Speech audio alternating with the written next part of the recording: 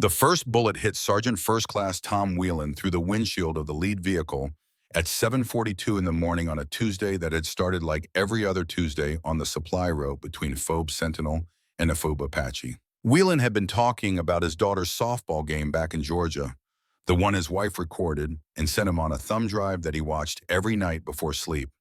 And he was mid-sentence when the round entered the glass at a shallow angle and found him with the kind of precision that left no room for accident or luck. He was dead before the word shortstop finished leaving his mouth. 4 seconds later, Specialist Rivera in the second vehicle took a round through his left temple while reaching for his radio to call contact. He had been looking in the wrong direction because the first shot came from the north and the second came from the northwest, which meant there were at least two shooters, which meant this was not an opportunistic attack by a local fighter with a rusty Mosin Nagant and a grudge. This was coordinated. This was professional. 6 seconds after Rivera, Private First Class Gutierrez in the fourth vehicle caught a round through the door panel that should have stopped a bullet but did not, because whoever fired it was using ammunition designed to defeat light armor at extended range. Gutierrez slumped against the steering wheel, and the vehicle rolled to a stop at an angle that blocked the road behind it, which was either coincidence or part of the plan. And Corporal Danny Marsh, who was sitting in the third vehicle reading a letter from his mother in Wisconsin, understood in that moment that it was part of the plan, that everything about this attack had been calculated down to the angle of the killing vehicle. 3 shots, 3 kills, 14 seconds. From 3 different directions across a ridgeline that coalition forces had swept twice in the past week and found nothing. Not a boot print, not a shell casing, not a candy wrapper, nothing to suggest that anyone had been up there at all. Marsh and the remaining soldiers did what training taught them to do. They dismounted on the protected side of their vehicles, established a perimeter, returned fire at the ridgeline, even though they had no targets to shoot at, and called for the quick reaction force while waiting for the next volley that everyone expected, but that never came. 20 minutes of silence. 20 minutes of Marsh pressing his back against the tire of the third vehicle, scanning the ridgeline through his ACOG sight, seeing nothing, hearing nothing, feeling the particular kind of terror that comes from knowing someone can see you when you cannot see them. The QRF arrived by helicopter, dismounted, swept the ridgeline. They found the positions. 3 separate hides, expertly constructed, nearly invisible from the road below. At each position, standing upright in the dirt like tiny monuments, 3 empty brass casings had been pressed into the ground. 1 at each hide, not dropped or discarded, placed, deliberately, with the kind of care that suggested ritual or signature or message. The message was simple. We were here, we killed your people, and there is nothing you can do about it. Danny Marsh sat in the back of the helicopter on the way to FOB Sentinel and stared at the body bags that held what was left of Whelan and Rivera and Gutierrez and could not stop his hands from shaking. He was 22 years old and had been in country for 11 weeks and had never seen anyone die before that morning. And now he had seen 3 men die in 14 seconds, killed by ghosts on a ridgeline who left their brass standing up like gravestones. But there was something else. Something Marsh noticed in the seconds before the first shot, something that had been scratching at the back of his mind through the firefight and the evacuation and the helicopter ride, something he had not yet told anyone because he was not sure it mattered and was not sure anyone would believe him. In the quiet seconds before Whelan died, Marsh had heard a bird call, not unusual in itself. Birds lived on the ridgeline, but this call repeated 3 times in a pattern that was too regular, too rhythmic, too deliberate to be organic. 3 identical calls, evenly spaced, and then the shooting started. He would carry that detail in his memory for days before someone thought to ask him the right question. 48 hours after the convoy ambush, Major Thomas Briggs stood at the front of the briefing room in Phoebe Sentinel and looked at the faces of officers and senior NCOs who had run out of answers. Briggs was 48 years old on his 3rd deployment and had spent 22 years in military intelligence watching patterns emerge from chaos. He was good at his job, which is why the pattern he was about to present frightened him. He clicked the projector and a map appeared on the screen, dotted with red markers. Each marker represented a kill. There were 94 of them. 7 weeks, Briggs said. His voice was the kind of controlled calm that men use when the news is so bad that emotion would be an indulgence. 94 confirmed kills in 7 weeks. First week, 8 kills. Second week, 10. Third week, 12. Last week, 19. The rate is accelerating. Every counter-sniper operation we have mounted has failed. 2 of our counter-sniper teams took casualties attempting to locate and engage the threat. We are losing this fight, and we are losing it badly. He clicked to the next slide, a grainy surveillance photograph, enhanced but still imperfect, showing 5 figures in loose civilian clothing, carrying what analysts had identified as Dragunov S-4D precision rifles. All 5 figures were women. The room shifted, not with surprise exactly, but with the particular discomfort that comes from having a problem suddenly become more complicated than anyone wanted it to be. Captain James de Navarro spoke first. Navarro was 36, commanded a company that had lost 6 soldiers to sniper fire in 3 weeks, and had the hollow-eyed look of a man who had written too many letters to families back home. Female snipers, you are telling me that the shooters who have killed 94 of our people are women. Confirmed by signals intelligence, surveillance, and forensic analysis of shooting positions, Briggs said. Enemy military intelligence recognized that female operatives can move more freely in this region. They blend into civilian populations. They access positions that would draw suspicion if occupied by men. The enemy recruited women with existing marksmanship backgrounds, competitive shooters, hunters, former military personnel. They put them through an 18-month training program at a facility we have now identified but cannot reach. The result is what you see on this map. He clicked again. Detailed tactical overlays appeared showing the geometry of previous attacks, angles of fire, estimated ranges, positions, escape routes. The precision of the overlays told a story of meticulous planning and execution. They operate in rotating pairs or as a full team depending on the target, ranges from 400 to 1,200 meters. They never use the same position twice in the same week. They have demonstrated the ability to coordinate simultaneous fire from multiple positions with timing that suggests rehearsal and communication protocols we have not been able to intercept reliably.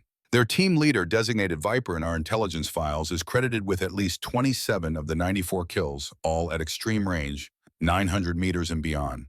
That is exceptional shooting by any standard. Navarro's jaw was tight. What do we know about the rest of the team? 5 members total. Viper is the leader, approximately 34 years old, assessed to be a former military marksmanship instructor in the enemy's armed forces who was pushed out of that role and recruited by intelligence services. The second member, designated Shadow, approximately 28, specializes in medium-range engagements against moving targets. Aggressive shooter, fast mover. Third is Whisper, approximately 26, close-range specialist, rapid follow-up shots, typically provides security while the others engage primary targets. Fourth is Spectre, approximately 29, the team's tactical planner and reconnaissance specialist. She selects and prepares positions before the others arrive. Fifth is Wraith, the youngest at approximately 25, newest to the team but assessed as naturally gifted. Intelligence suggests Viper is protective of her. 5 shooters with 94 kills in 7 weeks, Navarro said. Oh, and everything we have thrown at them has failed.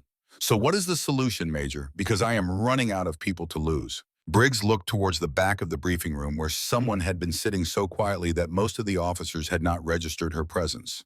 That was, as it turned out, exactly the point. The solution, Briggs said, is Staff Sergeant Elena Mercer. Every eye in the room turned to the back row. A woman sat there with a small notebook open on her knee, pen moving in precise, economical strokes.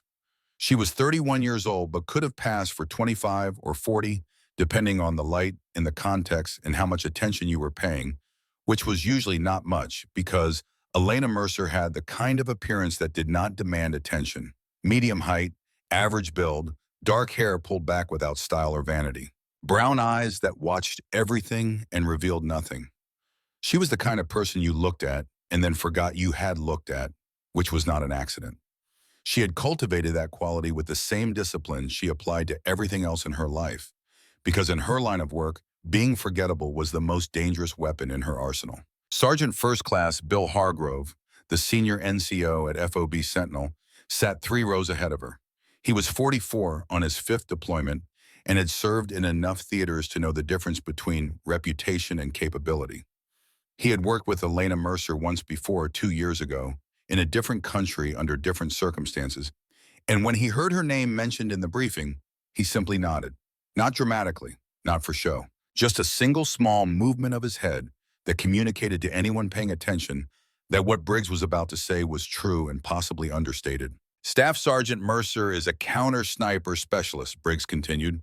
74 confirmed kills over 8 years of service. 14 counter-sniper missions completed. 100% success rate. She is the only operator currently in our force structure who has successfully located and eliminated a female enemy sniper team in a previous theater of operations. She has been specifically trained and repeatedly proven in the discipline of hunting snipers who hunt us. Navarro studied Elena with the skepticism of a man who had watched too many specialists arrive with impressive files and depart without impressive results. One operator against 5 snipers who have already taken out 2 of our counter-sniper teams? Elena looked up from her notebook for the first time. She did not bristle at the doubt in Navarro's voice. She did not feel the need to defend herself with words. She had learned a long time ago that the only defense that mattered happened at the end of a rifle scope, and everything else was just noise. But she answered because the question deserved an answer, even if the real answer would come later, on a ridgeline, in the dark. Your 2 teams failed because they operated in groups, she said.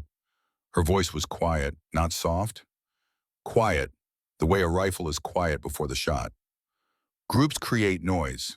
Groups leave tracks. Groups present multiple signatures for thermal detection. Groups require communication that can be intercepted, and groups give the enemy multiple targets to engage, which is exactly what a coordinated sniper team is designed to exploit. She closed her notebook. I am one person, one thermal signature, one set of tracks or no tracks at all. I do not need to communicate because I do not need to coordinate with anyone.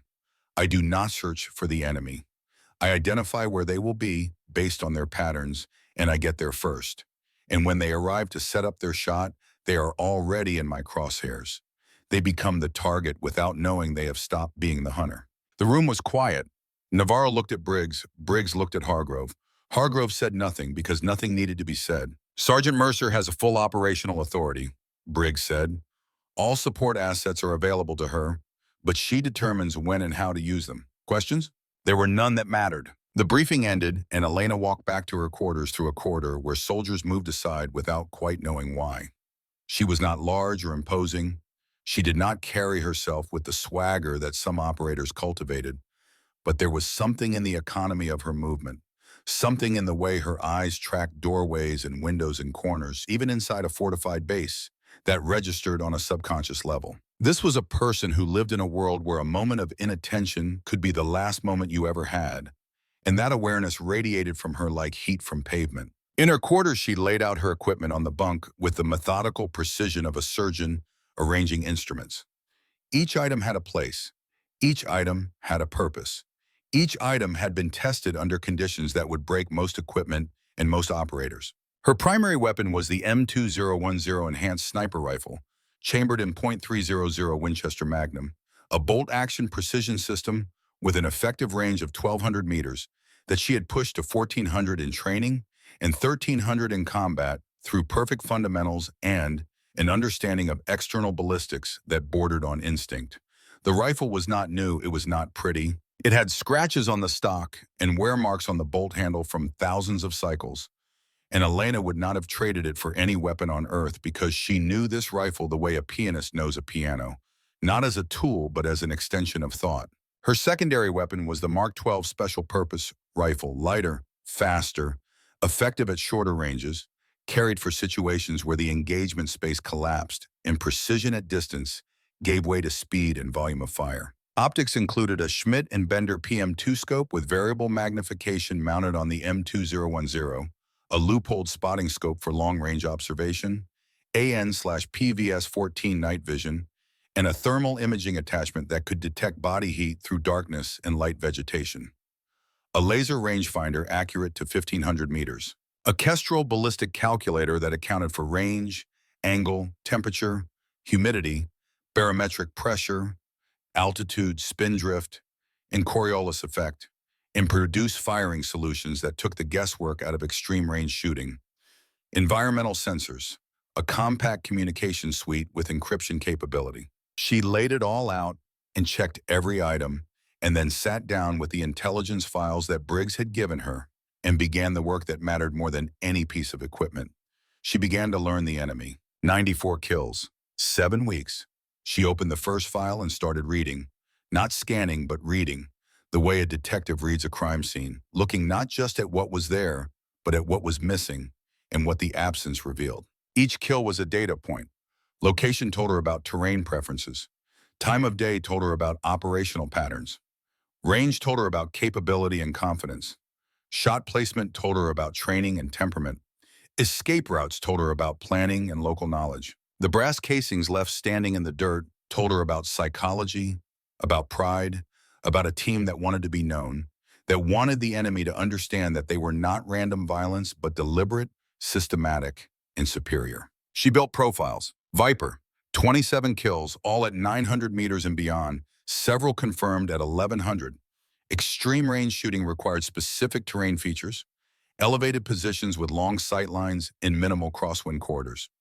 Viper chose her positions with the patience of someone who understood that the shot was the easy part, and everything that preceded it was what separated the living from the dead. She was disciplined. She was confident. And she was the most dangerous because she thought ahead, not just tactically, but strategically. Shadow, 15 kills at 600 to 800 meters, disproportionate number against moving targets. Vehicles, walking personnel, runners. That required exceptional lead calculation and the willingness to take shots that more conservative snipers would pass on. Shadow was aggressive. She trusted her skills more than her cover. That aggression was a weapon, but it was also an opening. Whisper, 12 kills at 400 to 600 meters, frequently in rapid succession, 2 or 3 shots within seconds. Close-range specialist providing security for the others. Fast acquisition, fast trigger, fast relocation.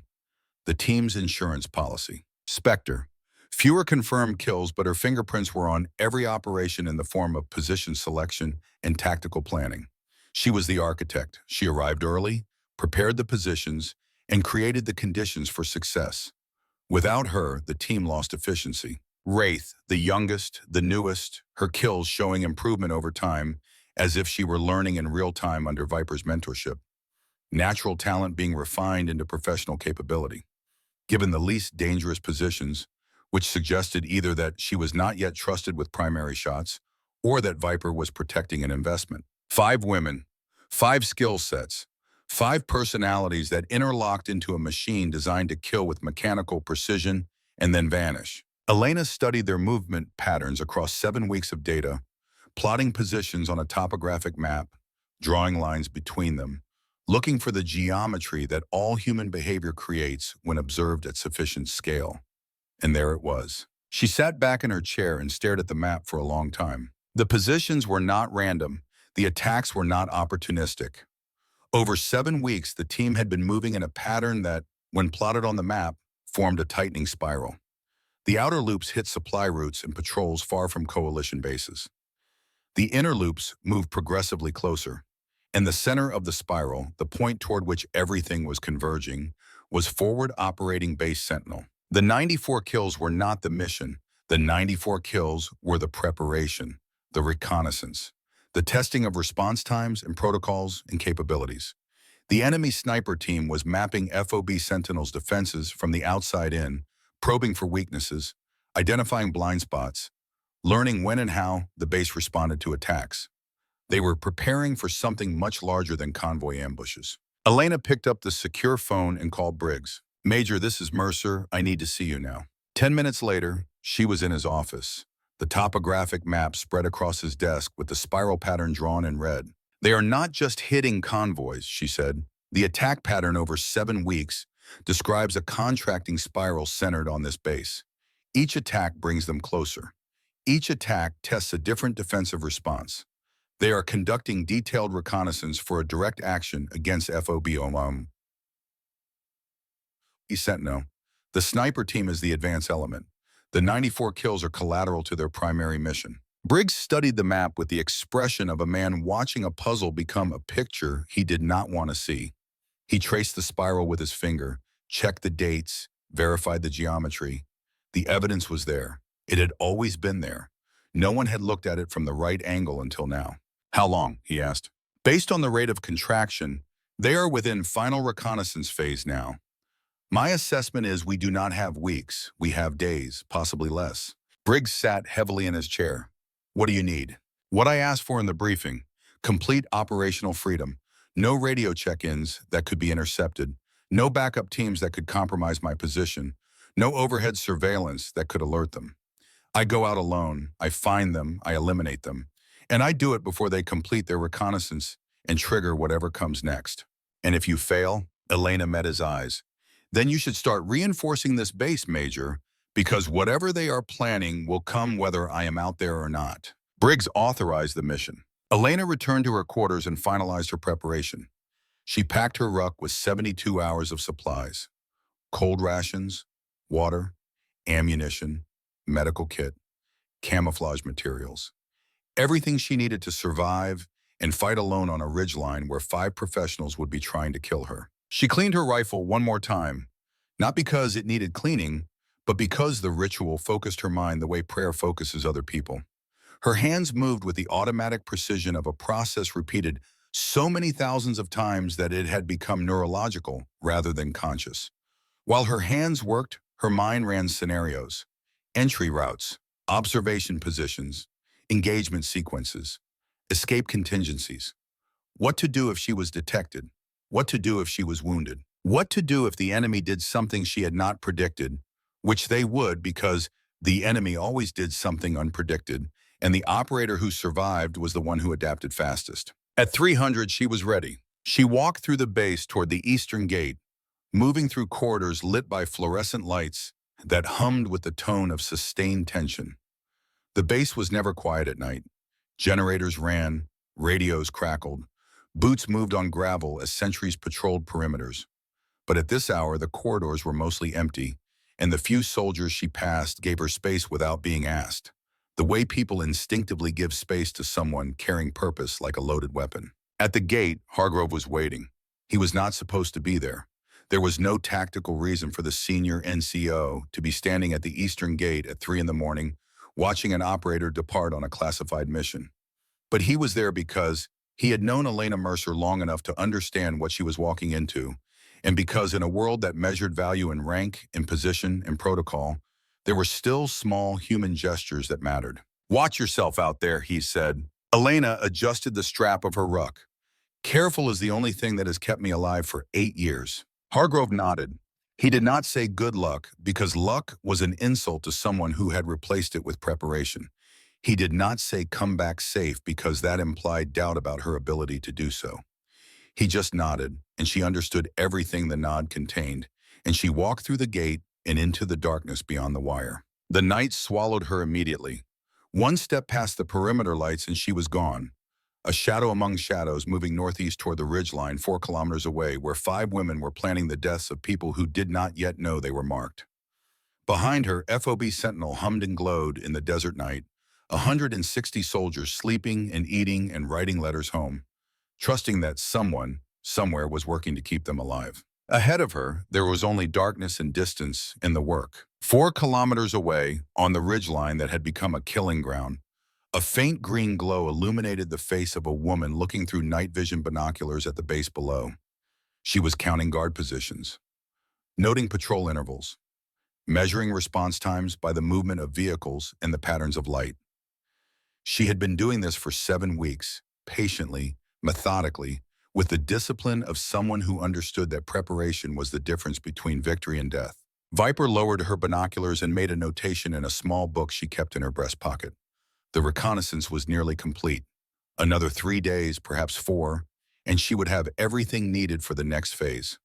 94 coalition soldiers had died to give her this information, and she regarded their deaths not with satisfaction or remorse, but with the professional detachment of someone who viewed killing as a technical problem with a technical solution. She did not know that someone was already moving through the darkness toward her.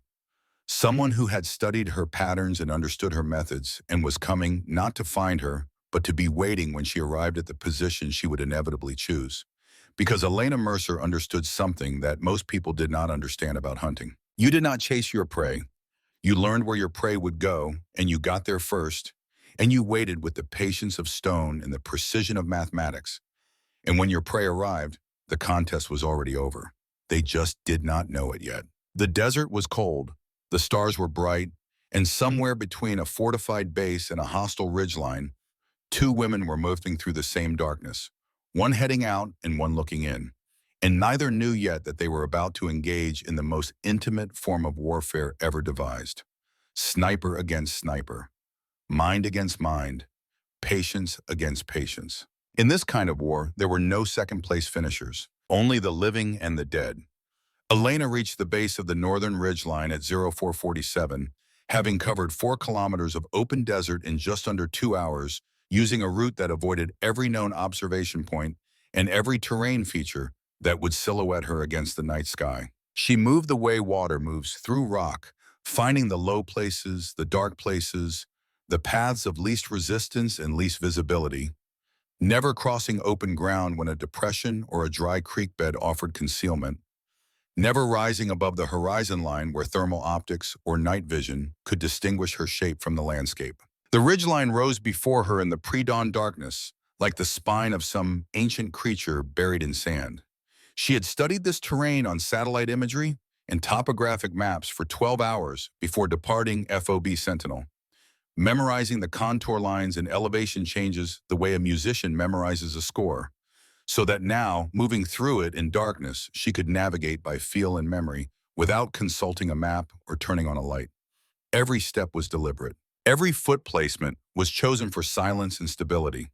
The desert floor was loose gravel over hardpan, the kind of ground that announced footsteps to anyone listening, so she placed her boots on rock where possible and on the harder patches of soil where rock was unavailable, rolling her weight from heel to toe with the patience of someone who understood that speed was the enemy of stealth, and stealth was the only thing keeping her alive. She reached her predetermined observation position at 0523, 37 minutes before nautical twilight would begin to lighten the eastern horizon. The position was a natural depression between 2 sandstone formations approximately 300 meters below the ridgeline crest, offering sight lines to the 3 most probable sniper positions she had identified during her intelligence analysis. The depression was deep enough to conceal her prone form from observation at any angle above 15 degrees, and the sandstone walls on either side broke up her thermal signature by radiating stored heat from the previous day's sun. She settled into the depression with the practiced efficiency of someone who had done this more times than she could count. Rifle positioned with the barrel resting on a small sandbag she carried for this purpose. Scope caps removed and lens checked for dust. Spotting scope set up to her left for wide-angle observation. Thermal imaging attachment powered on and mounted. Rangefinder within reach. Ballistic calculator accessible. She arranged her water and rations so she could eat and drink without rising or shifting significantly. She checked her communications equipment one final time, confirmed encryption was active, then switched to passive monitoring only. And then she waited. Waiting was the job. This was the part that civilians and even most military personnel did not understand about sniper work. The part that movies and television always compressed into a montage or skipped entirely because it was not dramatic. It was not supposed to be dramatic. It was supposed to be invisible. A sniper who was being dramatic was a sniper who was about to be dead. The real work was lying in a hole in the ground for hours or days, watching the world through a magnified circle of glass, cataloging every detail, noting every change, building a mental model of the environment so complete that when something appeared that did not belong, it registered instantly the way a wrong note registers in a symphony. Elena watched the ridge line as the sky transitioned from black to deep blue to pale gray. She observed shadows retreating as the sun angle changed. She watched wind move sand and vegetation at different altitudes, building a 3-dimensional picture of air currents that would affect a bullet over hundreds of meters.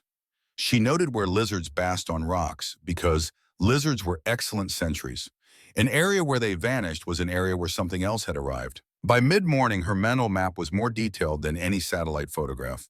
She knew where the wind was consistent and where terrain created eddies. She knew where a person could walk without dislodging gravel that would clatter down the slope. She knew everything except where the enemy was, and so she continued to wait. 4 kilometers behind her at FOB Sentinel, Sergeant First Class Bill Hargrove walked into the aid station where Corporal Danny Marsh was sitting on a cot, staring at the wall with the unfocused eyes of someone whose mind was somewhere else entirely, replaying a 14-second sequence on infinite loop. Hargrove had seen that look before. 5 deployments, 22 years. The mind recalibrating its understanding of reality to accommodate the fact that people could be alive 1 second and dead the next, killed by a force so precise it might as well have been physics rather than malice. He did not approach Marsh with a clipboard and questions. He pulled up a chair and sat beside the cot and said nothing for a while because silence was sometimes the best invitation to speak. After several minutes, Marsh said, "How do you fight something you cannot see?" "You find someone who can see it." Marsh was quiet again. Then he said something that changed everything. "Right before the first shot, I heard a bird call 3 times, same call, same spacing, like a pattern. Then the shooting started." Hargrove kept his face neutral while his mind raced. 3 bird calls, 3 shooters, evenly spaced. That was not a bird. That was a coordination signal, a simple method of synchronizing fire from multiple positions without radios that could be intercepted. Probably Spectre, the reconnaissance specialist, giving the ready signal. "You are sure about the timing?" Hargrove asked. "I hear it every night, I am sure." Hargrove stood. "Marsh, what you just told me might save lives." The information was transmitted to Elena via a single encrypted burst on the prearranged frequency. Brief, clinical. 3 bird calls used as fire coordination signal, confirmed by surviving witness. Pattern is 3 identical calls, evenly spaced preceding engagement. Elena received the transmission, stored the information, and did not respond. Radio silence was radio silence. The information was now part of her operational picture, another piece of the puzzle that would eventually form a complete image of how these 5 women operated. If she could hear this bird calls, she would know exactly when they were about to fire and how many were in position. 3 calls, 3 shooters. 2 calls would mean 2. The signal would tell her their state of readiness in real time, and they would never know she was listening. The first day passed without contact. Elena observed the ridgeline from dawn until dark, cataloging everything, noting features that could serve as sniper positions, identifying approach and escape routes, building the tactical picture layer by layer. She ate cold rations at intervals calibrated to maintain energy without requiring movement that might catch light or create sound. She urinated into a bottle without shifting her position. She did not sleep. The second day began the same way. Dawn light creeping across the ridgeline, shadows retreating, the thermal differential between sun and shade, creating shimmering distortions in her scope that she compensated for automatically, adjusting her focus with the micro movements of a hand that had made these adjustments 10,000 times before. At 0914 on the second day, 42 hours after she had established her position, Elena saw movement. It was subtle. So subtle that a less experienced observer would have dismissed it as a trick of the light or the movement of an animal. But Elena's eyes had been trained to distinguish between organic and deliberate movement the way a jeweler's eyes distinguish between glass and diamond. And what she saw 870 meters away on the ridgeline crest was not organic. It was a person moving with careful efficiency through a rock formation, pausing, scanning, then moving again. A second person followed 30 meters behind, taking a slightly different route that provided mutual cover. 2 women in loose civilian clothing over tactical gear, moving with the fluid economy of operators who had rehearsed this exact approach many times. They carried what Elena confirmed through her spotting scope as Dragunov SVD rifles, the long barrels wrapped in burlap strips to break up their silhouette. Elena's heart rate did not change. Her breathing did not alter. 8 years of training and combat had taught her body that physiological excitement was the enemy of precision. She observed with the detachment of a scientist watching organisms through a microscope, cataloging behaviors, noting details, building data. The 2 women established a shooting position overlooking the supply rope below. One settled into a prone firing position, while the other set up slightly behind and to the right with binoculars, the classic sniper and spotter configuration. Professional, textbook. They had clear sight lines to approximately 2 kilometers of road where any vehicle would be exposed and vulnerable. Elena's crosshairs could have been on either of them in less than a second. At 870 meters, with the environmental data she had been collecting for 42 hours, she could calculate a firing solution that would be lethal with near absolute certainty. 2 shots, 2 kills, and 2 of the 5 threats would be eliminated. She did not fire. Something was wrong. Something her conscious mind had not yet articulated, but her instincts, honed through 14 counter-sniper missions and 74 kills, were screaming about. 2 snipers in an obvious position, moving with efficiency, but without the extreme caution she would expect from a team that had survived 7 weeks of coalition counter-operations. They were good, but they were not being careful enough. Not for professionals who knew they were being hunted. They wanted to be seen. Elena shifted her observation, moving her spotting scope in slow, controlled increments away from the obvious position, scanning the rest of the ridgeline with the methodical patience of someone who understood that the most dangerous thing on a battlefield was usually the thing you were not looking at. There, 1,100 meters from her position, at the very edge of her M2010's effective envelope, 2 more figures, so well concealed that she had to study the position for 4 full minutes before she was certain they were human and not features of the terrain. They had not moved since she began watching. They had discipline that bordered on mechanical, and their weapons were not pointed at the supply route below. Their weapons were aimed at the ridgeline, at the area where a counter-sniper team would logically position itself to engage the 2 obvious shooters in the forward position. The tactical architecture snapped into clarity like a lens coming into focus. Layer 1 was the decoy, 2 shooters in an obvious position designed to draw attention and fire from any counter-sniper team deployed against them. Layer 2 was the overwatch, 2 more shooters in a concealed position designed to identify and eliminate whoever engaged the decoys. The counter-sniper teams that Navarro had sent out and lost, this was how they died. They found the decoys, engaged or prepared to engage, and were killed by the overwatch they never knew was there. 2 layers, smart, professional, lethal, enough to explain the failures of conventional counter-sniper operations. But Elena had read enough of Viper's profile to know that smart and professional were baselines for this team leader, not ceilings. Viper was a tactician who thought in layers. If she had 2 layers of defense, she would have 3. Elena expanded her search. She moved beyond the effective range of her rifle, scanning terrain features at 1,200, 1,300, 1,400 meters. At these distances, even with her high magnification spotting scope, details became uncertain. Heat shimmer distorted images. Terrain features blurred together. A person lying still in good concealment at 1,400 meters was nearly invisible to the naked eye and only marginally visible through optics. Nearly invisible was not invisible. At 1,420 meters, on an elevated rock formation that commanded sightlines over the entire ridgeline, Elena found the 3rd layer. A single thermal signature, alone motionless, positioned where she could observe not just the decoys and the overwatch, but every possible approach and firing position on the northern ridgeline. This was someone watching the entire battlefield the way a chess player watches the board, not focused on any single piece but on the relationships between all pieces and the spaces between them. Viper. Elena understood now why this team had been untouchable for 7 weeks. The 3-layer defense was not just tactically brilliant, it was psychologically devastating. The decoys exploited the tendency to engage the first threat identified. The overwatch punished the assumption that finding one hidden position meant you had found the real threat.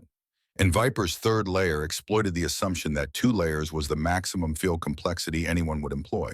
3 assumptions, 3 layers designed to punish each one, and at the center, a woman patient enough to watch the watchers, holding fire until she identified the real threat, which was not the convoy or the soldiers, but the counter-sniper, smart enough to see through 2 layers and foolish enough to reveal herself engaging them. Elena felt something she had not felt in a long time. Respect, not admiration because 94 of her people were dead, but respect for the craftsmanship. And with that respect came understanding. If she fired now, the muzzle flash would be visible at 1,400 meters. Viper had the range and elevation to make a killing shot on anyone whose position had been revealed. Elena would get 2 kills, maybe 4. Then Viper would get 1, and that one would be her. She did not fire. She lay in her position as the morning aged into midday, and watched the three-layer trap operate with the passive attention of a student observing a masterclass. The convoy appeared on the road below at 11:34, three vehicles moving at standard speed, crews unaware that they were driving through a killing field observed by 8 sets of eyes, 5 hostile and 3 belonging to Elena through her scope, her spotting scope, and her naked peripheral vision. She heard it then. The bird call? 3 times, evenly spaced. The coordination signal that Marsh had described to Hargrove, clear and precise in the mountain air, and Elena noted the direction it came from, which was the overwatch position, which meant Spectre, the reconnaissance and planning specialist, was the one who gave the ready signal. Another piece of information filed away. 3 calls, 3 shooters active, the decoys and one of the overwatch. Viper and the other overwatch member were observing but not engaging. This rotation, 2 shooters on the line, plus 1 coordinator, matched the intelligence profile Elena had built. They cycled their active shooters to prevent fatigue and maintain maximum readiness. The first shot came from the decoy position, then the second. 2 soldiers in the convoy died in the time it took Elena to exhale. Professional shots, both of them. One at estimated 900 meters, one at 750. The convoy scattered, vehicles accelerating, personnel dismounting on the protected side. Exactly the response the enemy expected because they had provoked it a dozen times before. Elena lay 42 hours into her observation, less than a kilometer from the shooters, and watched coalition soldiers die. She did not fire, she did not adjust her aim, she did not chamber around. She watched through her scope as 2 men who had been alive moments ago became casualties, and she recorded in her mind the exact sequence of the attack. The timing, the target selection, the angles, the positions, because this information would save more lives than the 2 she could save right now by revealing herself and dying under Viper's crosshairs. Her left hand gripped the stock of her rifle so hard that when she finally relaxed it an hour later, there were white marks on her fingers where the blood had been squeezed out. That was the only evidence of what the moment had cost her, the only crack in the discipline that kept her alive. The attack ended. The convoy's surviving vehicles evacuated at speed. The QRF would be inbound. The enemy team would withdraw to their rally points, clean their positions, and begin planning the next engagement. Elena watched all of this, mapping escape routes, noting timing, confirming the rotation schedule she had hypothesized. As the afternoon light lengthened the shadows across the ridgeline, Elena observed the team's withdrawal pattern. The decoys pulled out first, moving east through a series of wadis that provided concealment from aerial observation. The Overwatch pair departed 11 minutes later, using a different route that converged with the decoy's path approximately 2 kilometers east. And Viper, the last to move, waited a full 35 minutes after the Overwatch departed before leaving her elevated position. 35 minutes. That was how long Viper waited to ensure no one was watching the watchers watch the watchers. 3 layers of defense and a 4th layer of patience.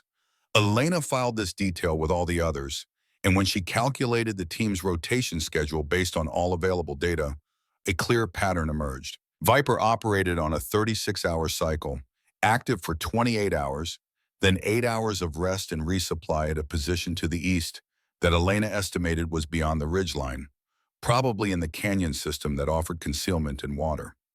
The rest of the team rotated on overlapping schedules that ensured at least 2 members were always active on the ridgeline. The critical window was during Viper's rest period. Without the 3rd layer of observation, the team's defensive architecture dropped from 3 layers to 2. Still dangerous, still lethal to conventional counter-sniper operations.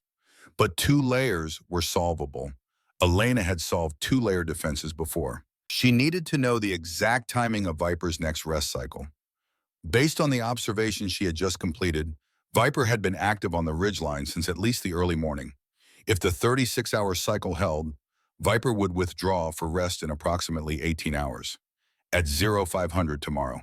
Dawn. Elena settled deeper into her position, checked her water supply, estimated she had sufficient rations for another 30 hours, and prepared to wait. The night passed in increments of observation.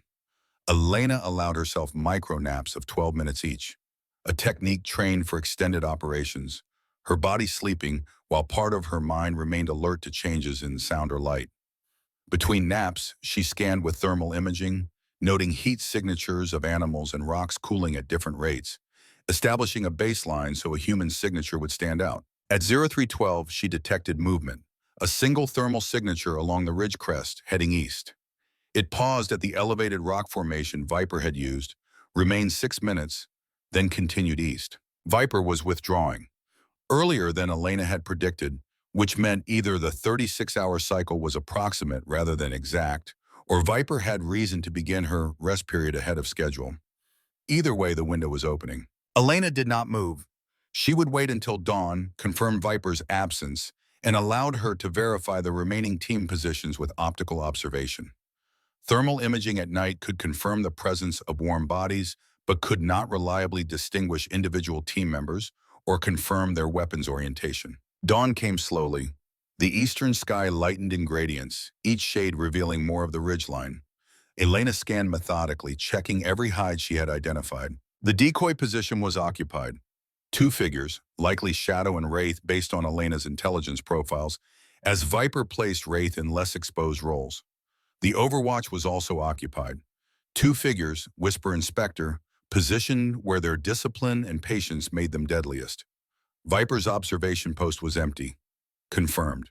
4 hostiles on the ridgeline, Viper absent. Elena began her calculations. The Overwatch pair was priority.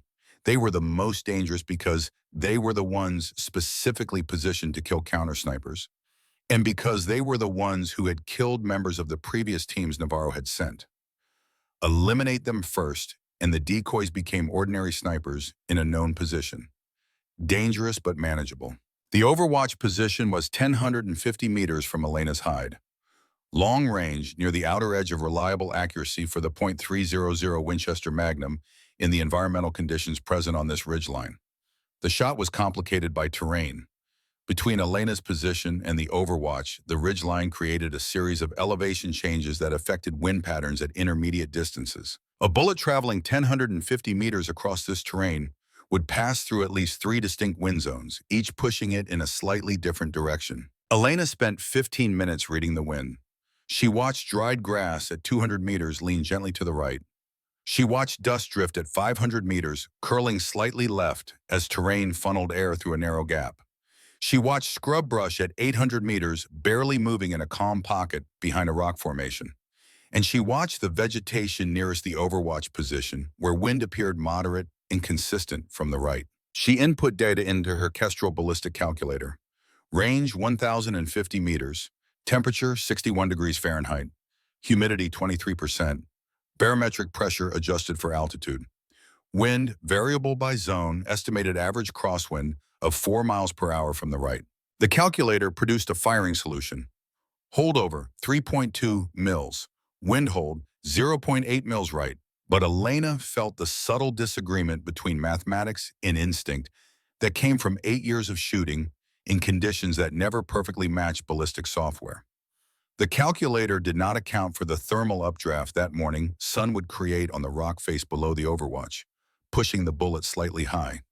She adjusted to 3 mils holdover, splitting the difference between the calculator's science and her own experience. Center mass to maximize the margin for error at this range. She confirmed targets through the spotting scope. 2 figures in the Overwatch, one behind a Dragunov SVD, the other with binoculars scanning the ridgeline. Professional. Textbook. They had been doing this for 7 weeks and survived everything thrown at them.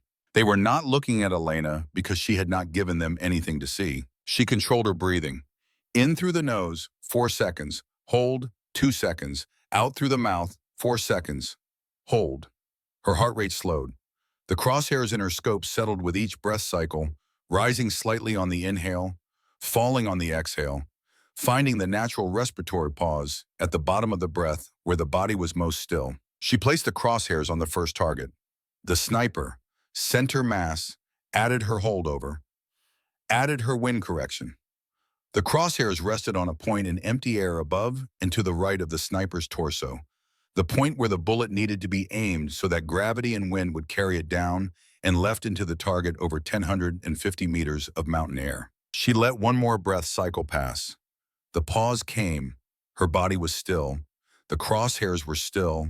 The world contracted to a circle of glass and a single point of aim. Elena squeezed the trigger. The M2010 fired with a controlled violence that she absorbed through proper body position and stock placement, the recoil pushing straight back into her shoulder without lifting the barrel off target. Through her scope, she tracked the bullet's flight by the vapor trail it left in the cool morning air. A faint disturbance, visible only to someone who knew exactly where to look. 1.4 seconds. That was how long .300 Winchester Magnum took to cover 1,050 meters. An eternity in which the bullet climbed through the first wind zone, drifted through the second, cut through the calm pocket behind the rock formation, and descended into the final approach where the crosswind pushed it exactly as Elena had predicted, and the thermal updraft nudged it up by precisely the amount her instinct had corrected for over the calculator's solution. The sniper in the overwatch position dropped. Spectre, the tactical architect who had selected every killing position for 7 weeks, killed by a single round at 1,050 meters. The spotter beside her had approximately 3 seconds of consciousness to process what had happened before Elena had worked the bolt of the M2010, chambered a fresh round, reacquired, and fired again. The spotter was moving when the second round found her. Whisper, the close-range security specialist, had begun to roll toward cover, which was the correct response, the trained response, and she was almost fast enough. Almost. The round caught her in the upper back as she turned, and she went down beside Spectre. 2 shots, 2 kills, 8 seconds from first trigger, pull to second impact, at 1,050 meters. 1,200 meters away, Shadow and Wraith in the decoy position reacted with the speed and discipline of professionals who understood instantly that the rules of the engagement had changed. They did not look toward the overwatch position. They did not try to identify the shooter. They abandoned their position and began moving, fast and low, using terrain for cover, heading east toward the escape routes that Elena knew they had pre-planned because every competent sniper team pre-planned escape routes before they ever fired a shot. Elena tracked them through her scope but did not fire. At 1,200 meters and moving through broken terrain, the shots would be low probability and would reveal her position to a certainty. More importantly, fleeing snipers who believed they were running from danger were predictable snipers. They would follow their training. They would go to their rally point. And Elena, who had spent 42 hours mapping every movement pattern on this ridgeline, believed she knew where that rally point was. She began to move. After 42 hours of stillness, movement felt strange. Her muscles protested, stiff from immobility in the cold desert night. Her joints cracked as she rose. She ignored all of it, filing the pain in a compartment marked later and focusing on the only thing that mattered. 2 down, 2 running, 1 absent. Viper would learn what happened through communication with the survivors, or the absence of communication from the dead. And when Viper learned, she would come back. That was certainty, not guess. A woman who did not abandon operations and did not accept losses without response. Elena needed to eliminate the 2 fleeing snipers before Viper returned. Because when Viper came back, she would come not as a sniper conducting routine operations, but as a hunter seeking revenge on a ridgeline she knew better than anyone alive. She moved east along the ridgeline, parallel to the route the 2 snipers had taken, staying below the crest and using memorized terrain features to maintain concealment while covering ground. Fast but not reckless, checking sight lines before crossing open areas, scanning with thermal at each pause. The canyon junction was 20 minutes away. If she was right about the rally point, she would arrive before the 2 snipers taking their longer route through the wadis below. She was not wrong. She reached the canyon junction and established a hasty firing position overlooking the convergence of 3 routes. The position was not perfect, not like the carefully selected hide she had occupied for 42 hours, but it offered clear sight lines to the 2 most likely approaches and concealment from the 3rd. She would have preferred more time to prepare. Time was the one thing she did not have. She settled in and controlled her breathing and waited with the discipline that separated the living from the dead in this profession. 15 minutes, that was how long it took. The bird call. She heard it. 2 calls this time, 2 shooters active. They were using their coordination signal even in retreat, which told Elena they were not panicking. They were withdrawing with discipline, maintaining protocols, operating as a team even under the pressure of having their overwatch destroyed. Two figures appeared at the mouth of the southern approach, moving in tactical formation, one covering while the other advanced, leapfrogging through the canyon with the kind of practiced coordination that spoke of extensive rehearsal. They were checking corners, scanning elevated positions, doing everything right. But they were focused on ground-level threats. They expected ambush from the canyon floor or walls, from enemies who had followed them through the wadis. They did not expect someone positioned above them on the ridge, someone who had anticipated their destination and arrived first. Elena acquired the first target, Wraith, the youngest, moving into the junction on point, 450 meters, downhill angle, moderate wind channeled through the canyon, a much simpler shot than the 1,050-meter engagement that had started this day. She compensated for the downhill angle, which would cause the bullet to impact high if she aimed at the apparent range, applied the correction her years of training made automatic, and fired. Wraith went down, clean, immediate. The second sniper reacted with a speed that Elena noted with professional recognition.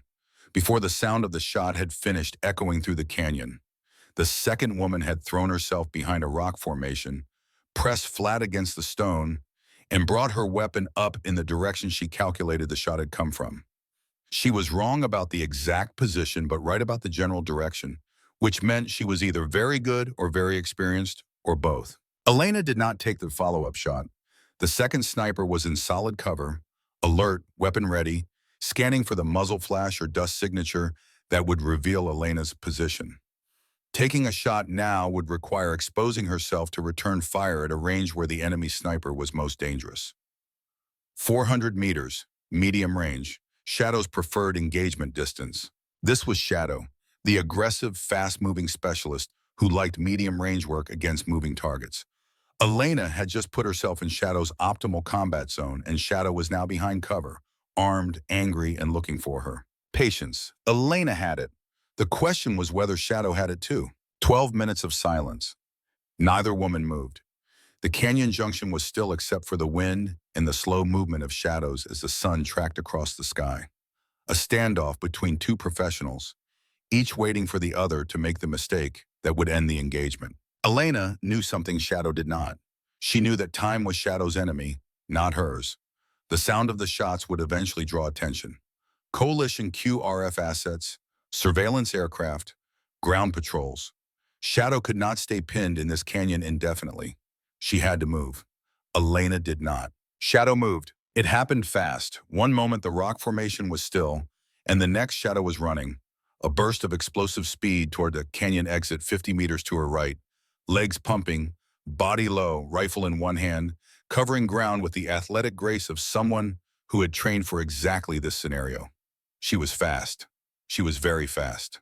And the route she chose took her through broken terrain that made a clean shot difficult. But Elena had anticipated this exit. During the 15 minutes she had waited before the snipers arrived, she had identified every exit from the junction and estimated which ones a fleeing operator would choose. This exit was the closest, the most accessible from Shadow's cover position, and offered the quickest path to dead ground where Elena would lose sight of her.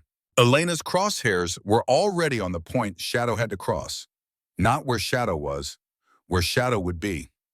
A moving target at 450 meters required lead calculation, estimating the target's speed and direction, and placing the shot ahead of them so that the bullet and the target arrived at the same point at the same time. Elena fired. The shot was not perfect. By her standards, it was rough, a combat shot rather than a precision shot, forced by circumstances rather than chosen through patience. But at 450 meters against a target running through terrain that channeled movement into a predictable path, 8 years of training and 74 previous kills made the calculations something closer to reflex than conscious thought. Shadow went down mid-stride, the momentum of her sprint carrying her forward into the ground in a tumble that ended against a boulder. She did not move after that. Elena exhaled, worked the bolt, scanned the junction, 4 down. The canyon was quiet. Elena lay in her position and allowed herself 10 seconds to feel the weight of what she had done. 4 women dead. 4 professional soldiers who had been alive this morning. She felt the weight and filed it where she filed everything the job required, in a place deep and controlled, to be dealt with later or never. She had a radio. She could report 4 down, 1 remaining. She keyed the handset. Sentinel Command, this is Mercer. 4 hostiles neutralized. 2 at Overwatch position. Ridgeline, North Grid reference to follow. 2 at Canyon Junction, East Sector. 5th hostile, designated Viper, was not present during engagement. She is aware. She is returning. Briggs's voice came back, controlled but unable to fully conceal the magnitude of what he had just heard. Copy, Mercer, 4 neutralized. Outstanding. Do you need support? We can have QRF and air assets on station within 30 minutes. Negative. Support assets would compromise my position and alert the 5th hostile. Viper is the most dangerous, and she will be operating with knowledge that her team has been eliminated. She will be hunting me. I need her to believe she has the advantage. Support presence would change her behavior and make her unpredictable. A pause on the radio, Briggs weighing the decision. Understood, maintain operational authority. Report when able. Sentinel out. Elena switched the radio to passive monitoring and began preparing for the most dangerous phase of the mission. Viper was coming back, not to retreat, not to regroup, to find the person who had killed her entire team and put a bullet through that person's skull. Elena knew this because the psychological profile she had built said Viper did not accept loss. She answered it with patience, precision, and the lethal creativity of a tactician who had built a 3-layer defensive system that defeated every previous attempt to stop her. Now that system was gone. Her team was gone. She was alone, and Elena was alone, and the ridgeline was about to become something smaller and more intimate. A hunting ground for 2. Elena checked her ammunition. Her M2010 had started the day with 20 rounds. She had fired 4, 2 at the Overwatch and 2 in the Canyon. 16 remained. Her Mark 12 PR had a full magazine of 20 rounds unfired. Her Kestrel calculator was operational. Her communications equipment was functional. Her night vision and thermal were charged. She had every advantage she could ask for. And against a sniper of Viper's caliber, on terrain, Viper knew intimately, with Viper motivated by the deaths of 4 women she had recruited and trained and fought beside for months, every advantage might not be enough. Elena began moving east, toward the area where Viper had withdrawn for rest. Somewhere out there, a woman who had killed 27 coalition soldiers was learning that the 4 people closest to her in the world were dead, and she was coming. The sun climbed toward its apex, and the ridgeline shimmered in the heat, and Elena Mercer moved through it like a ghost among ghosts, hunting a hunter who was hunting her. Elena moved east through the ridgeline with the careful urgency of someone who understood that time was simultaneously her greatest weapon and her most dangerous enemy. Every minute that passed brought Viper closer. Every minute also gave Elena the opportunity to choose her ground, to find the position where she would make her stand, to transform from the hunter moving through open terrain into the invisible threat waiting in a place of her choosing. The question was which force would win, Viper's speed returning to the ridgeline, or Elena's ability to read the terrain and find the right place to disappear. The midday sun was brutal. Heat radiated from the rocks in visible waves that distorted the air and made long-range observation unreliable. Elena's water supply was down to 1 liter after 42 hours of observation and the morning's engagements. She rationed it with the discipline of someone who had operated in austere conditions enough times to know exactly how much water the human body needed to maintain cognitive and physical function in this heat. The answer was more than 1 liter. But 1 liter was what she had, and she would make it work because the alternative was not an option she was willing to consider. She needed to return to the Overwatch position where she had killed the first 2 snipers. Not for sentiment, not for verification, for intelligence. Professional sniper teams carried equipment, documents, communication devices, and personal items that could provide critical information about their operations, their protocols, and most importantly, their contingency plans. If the team had a protocol for what to do when members were killed, if there were pre-arranged meeting points or fallback positions or emergency communication procedures, that information might be on the bodies or in the equipment at the Overwatch position. Elena backtracked northwest, moving against the grain of her previous route to avoid creating a predictable pattern. It took her 40 minutes to reach the Overwatch position, approaching from a direction she had not used before, scanning continuously for any sign that Viper had already returned and established a counter position. The Overwatch position was as she had left it, two bodies in the concealment of the rock formation. Spectre and Whisper killed at 1050 meters before either knew they were targeted. The heat was already working on them, and the smell reached Elena before she reached them. She cataloged the scene with professional detachment, the same way she cataloged wind patterns and terrain features, filing the sensory input as data rather than experience. Spectre, the first sniper she had killed with the opening shot, lay face down in the firing position she had occupied when the round found her. Her Dragunov SVD was still positioned on its bipod, scope still attached. Elena checked the scope and found it was a PSO-1, standard issue, well maintained. The rifle was clean and properly zeroed based on the adjustment markings. Professional equipment handled with professional care. The spotter lay beside her, twisted onto her side from the impact that had spun her as she tried to roll for cover. Her binoculars had fallen a meter away. Elena checked the body methodically, searching pockets, pouches, and the small pack the spotter had carried. She found what she was looking for: a compact, encrypted radio, military grade, still powered on. The encryption was beyond Elena's ability to break in the field, but the radio's display showed recent transmission logs, times, durations, and channel assignments.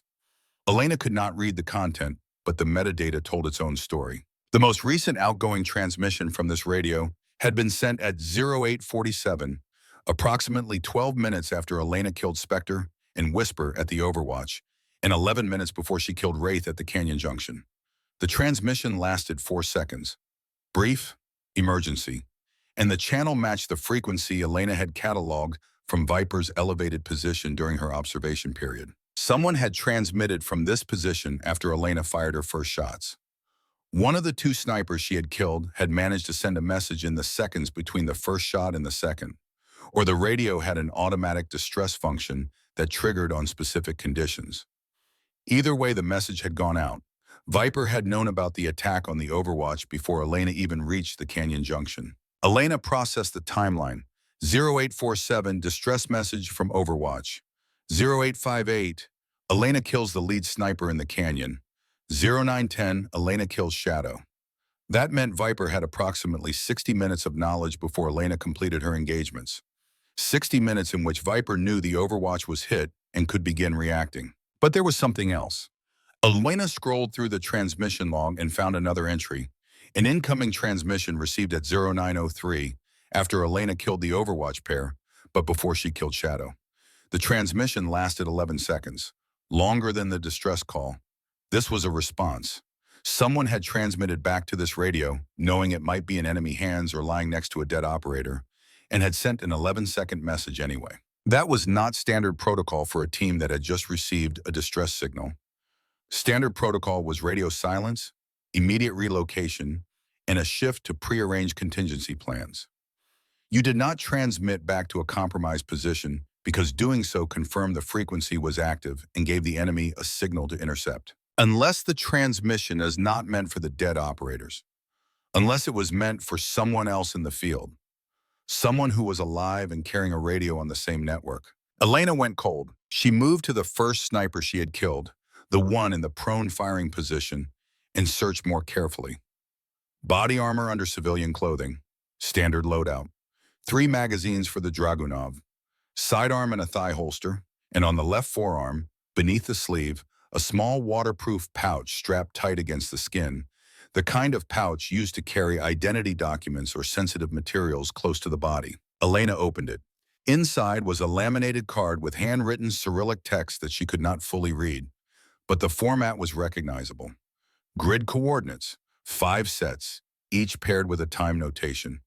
Rally points, prearranged locations where team members would converge if separated or if the operation went wrong. 5 rally points, probably rotating on a schedule based on the time notations, so that anyone who reached the wrong rally point at the wrong time would find it empty, a security measure to prevent compromise. She photographed the card with the small camera she carried for intelligence documentation.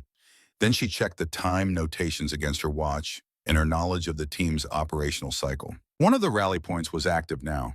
Grid coordinates that, when Elena plotted them mentally against the topographic map she had memorized, placed the point approximately 3 kilometers east of her current position. deep in the canyon system that offered concealment and multiple escape routes. If any surviving team members were following protocol, they would be heading there. And Elena had assumed all four of the snipers she engaged were dead. She had confirmed the Overwatch pair visually. She had confirmed the lead sniper in the canyon with a clean kill shot. She had watched Shadow go down at 450 meters mid-sprint, but she had not approached Shadow's body. She had not confirmed the kill at close range. And in the canyon, with echoing rock walls and adrenaline and the need to immediately plan for Viper's return, she had accepted the visual confirmation through her scope and moved on. Elena turned and began moving fast toward the canyon junction. She reached Shadow's position 22 minutes later, approaching with weapon ready, scanning the rocks where Shadow had fallen after the running shot. She found the boulder. She found blood on the rock surface, a significant amount, dark and already drying in the heat. She found drag marks in the gravel leading away from the boulder, the kind of marks made by someone pulling themselves along the ground using upper body strength when their legs would not cooperate. She found the position where the drag marks ended and the footprints began. Uneven, staggering, 1 foot dragging but upright, moving east. Shadow was alive. Elena's shot had hit. That was confirmed by the volume of blood, but it had not been a kill. Probably a lower torso or hip hit, enough to drop her and cause serious bleeding, but not immediately lethal. Shadow had been down long enough for Elena to report to Briggs and begin moving east, then had regained enough function to get upright and start moving. She was wounded, leaving a blood trail heading east, heading toward the active rally point, and the 11-second incoming transmission on the Overwatch radio at 09:03 now had a likely explanation. That transmission had been Viper, responding not to the dead Overwatch pair, but to someone else on the network who was still alive. Someone who had reported that the team was under attack, that the Overwatch was down, and that she was wounded and moving to the rally point. Viper knew everything. She knew the Overwatch pair was dead. She knew the lead sniper in the canyon was dead. She knew Shadow was wounded but alive. And she knew approximately where her counter-sniper enemy had engaged from, which meant she could calculate likely positions and approach routes. Elena had been operating on the assumption that she had 4 confirmed kills and 1 enemy inbound with incomplete information.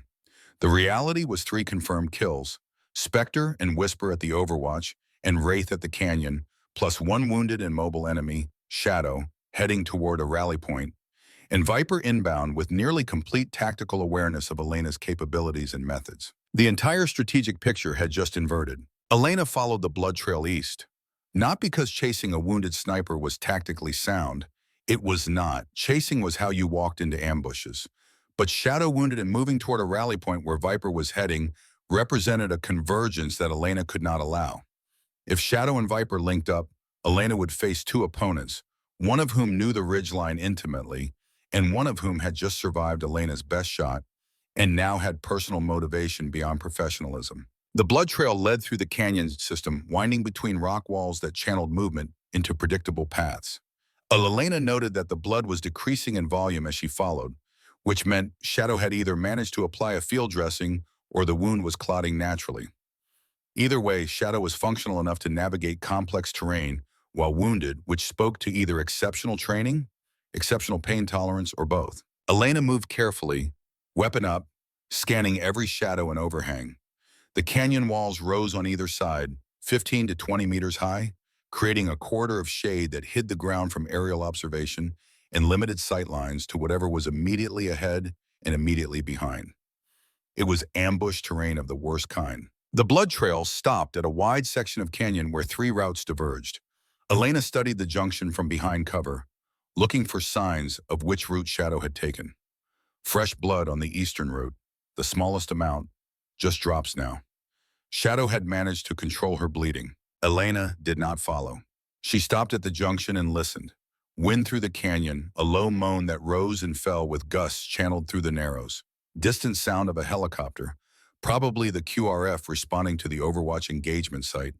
The tick of cooling rock as the canyon wall transitioned from sun to shade. And something else, breathing, not her own. She knew the sound of her own breathing the way she knew the sound of her own heartbeat, background noise filtered out by years of training. This was different. This was someone else, close, trying to control their respiration and mostly succeeding, but not entirely. because pain makes breath control difficult, and whoever was breathing was in pain. Elena pinpointed the direction, above and to her left. The canyon wall had a ledge approximately 4 meters up, hidden from the ground by an overhang. Someone was on that ledge, someone who had climbed 4 meters of rock face while wounded and bleeding, and had positioned themselves with sightlines down into the junction where anyone following the blood trail would arrive. Shadow had not been running to the rally point. Shadow had been laying a trap. The blood trail was a lure, and the junction was the kill zone, and the ledge was the firing position. Elena had walked into it. She was standing in the open in the center of the junction, 4 meters below a wounded but armed sniper who had heard her approach and was waiting for the moment to fire down into the top of her skull. Elena did not run. Running would trigger the shot. She did not look up. Looking up would confirm she knew, and the moment Shadow realized her ambush was detected, she would fire immediately rather than wait for a better angle. Elena took one slow step backward, as if she were simply pausing to reassess the blood trail. Then another step, angling her body so that the overhang above blocked the direct line from the ledge to her center mass. She was using the geometry of the canyon itself as cover, positioning the rock overhang between herself and the shooter above. A third step brought her against the canyon wall directly beneath the ledge. From here, Shadow could not fire on her without leaning out over the edge and exposing herself to return fire. It was the one dead zone in Shadow's ambush setup, the one place a person could stand where the angles did not work for the shooter above. Elena raised her Mark 12 SPR toward the ledge edge and waited. 3 seconds, 5 seconds, 10. Shadow moved. Elena heard the scrape of boot on rock, the shift of a body adjusting position to find the target that had slipped out of the kill zone. A hand appeared at the ledge edge, fingers gripping the rock, the forearm wrapped in a blood-soaked field dressing. Elena fired upward through the rock ledge's thin edge. 3 rapid shots from the MK-12 that punched through the sandstone lip and into the space above. Not aim shots in the traditional sense. Suppressive fire designed to force Shadow away from the ledge edge and create the opportunity Elena needed. She moved, fast, sprinting along the canyon wall to a position where the ledge was visible from a different angle, where she could see the underside of the overhang and, briefly, a silhouette against the bright sky above. Shadow was rolling, trying to get away from the crumbling ledge edge, trying to bring her weapon to bear on Elena's new position. She was fast despite the wound, driven by the adrenaline that combat pumps through the body in quantities that override pain and fatigue. Elena aimed. 210 meters, steeply upward angle, a target moving across her field of view against a bright sky that would throw off her scope's light gathering. A difficult shot under any circumstances. She compensated for the angle, which was severe enough to require significant holdover adjustment, and fired. The round caught Shadow in the upper chest. This time there was no question about the result. Shadow's movement stopped with the finality that only a center mass hit from a 5.56 NATO round at 200 meters could produce. Elena held her position for 30 seconds, weapon aimed at the ledge, waiting for any further movement. There was none. She approached carefully, found a route up the canyon wall that allowed her to reach the ledge, and confirmed. Shadow was dead. The original wound from the canyon engagement had been a hit to the right hip, as Elena had suspected. Survivable, painful, mobility limiting, but not eliminating. Shadow had used her training and her aggression to turn a retreat into an ambush that had come within seconds of working. Elena took a moment, not to mourn, not to celebrate, to acknowledge. Shadow had been hit, bleeding, outnumbered, and instead of running, she had set a trap that nearly killed the best counter sniper in the United States military. That was not luck. That was the kind of warrior spirit that transcended sides in politics and the abstractions that started wars. Elena respected it the way one professional respects another, silently and completely, and then she moved on because respecting the dead did not help her survive the living. She searched Shadow's body. Another radio, same encryption, same network. Elena checked the transmission log. Multiple transmissions after the canyon engagement, the most recent sent 20 minutes ago. Shadow had been communicating with Viper while setting her ambush. Viper knew Shadow was alive, knew she was wounded, knew she was attempting to engage the counter-sniper. And now, when Shadow stopped transmitting, Viper would know that Shadow was dead. 5 for 5, Elena thought, then corrected herself. 4 confirmed. She still had not resolved the status of the lead sniper from the original Canyon Junction engagement. But that kill had been clean, 450 meters, stationary target at a junction, center mass hit with immediate incapacitation. Elena was as certain of that kill as she was of anything in her professional life. 4 confirmed kills, 1 remaining, Viper. But the tactical picture had shifted dramatically.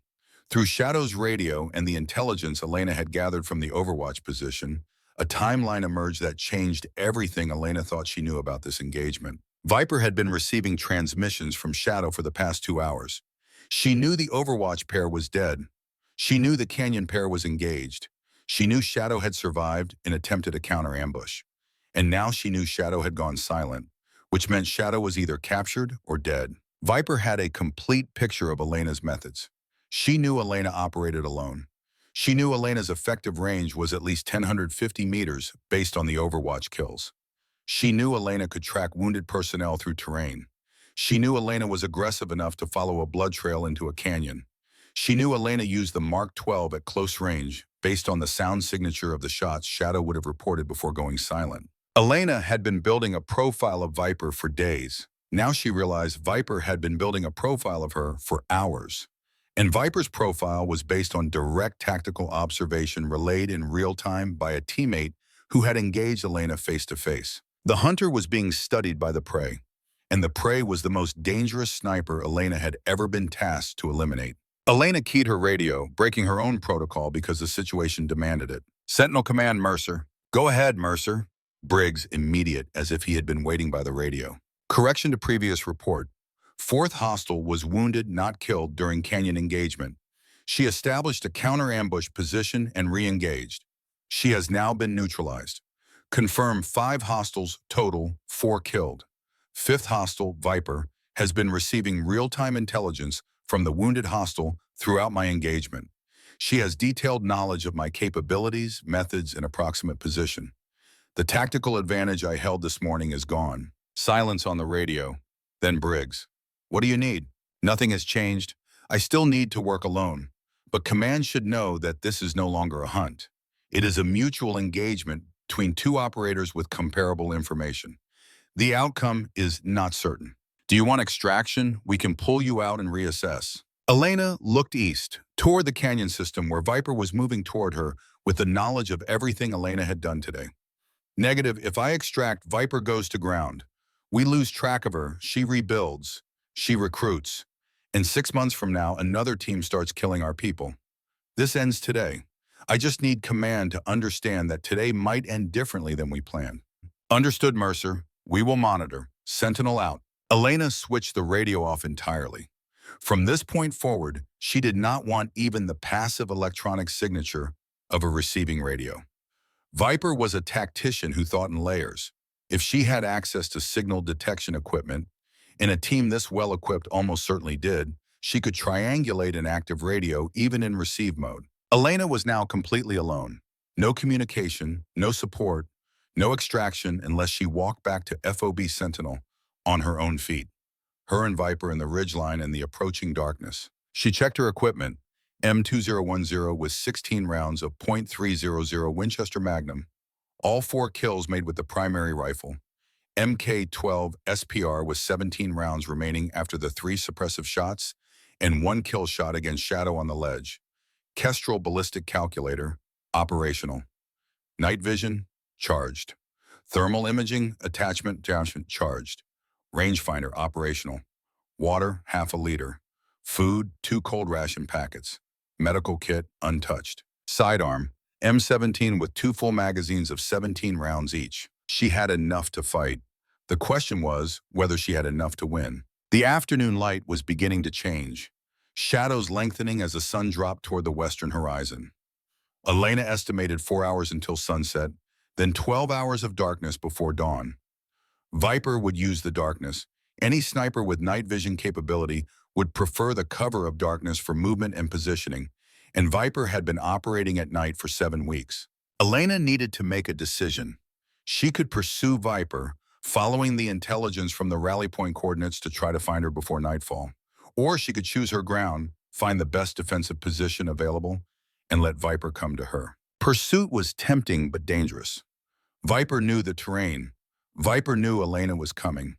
And the canyon system that lay between Elena and the rally point was exactly the kind of channelized terrain where a single well-placed sniper could control every approach. Defense was safer but surrendered initiative.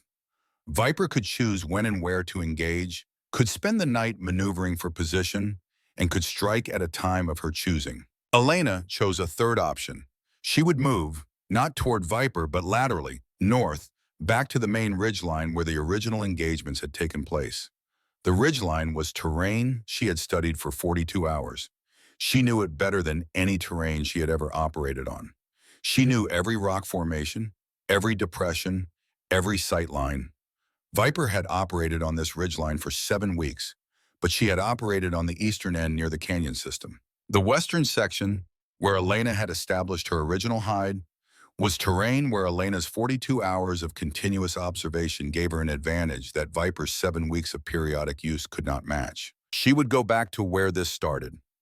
She would find a position with sight lines to the approaches from the east, and she would wait for Viper to come looking for her, because Viper would come. Elena was certain of that. Viper did not retreat. Viper did not accept loss.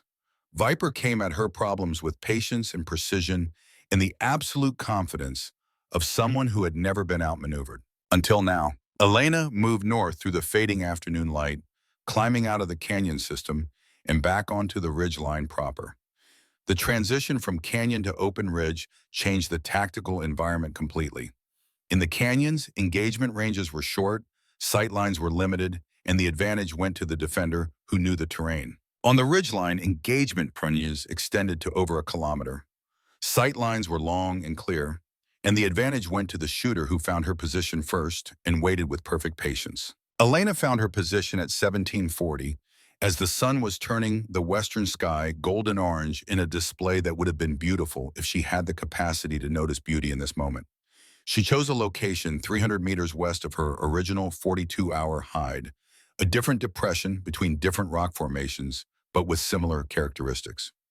Good concealment from multiple angles. Sight lines east along the ridgeline for approximately 1,100 meters before the terrain curved and blocked further observation.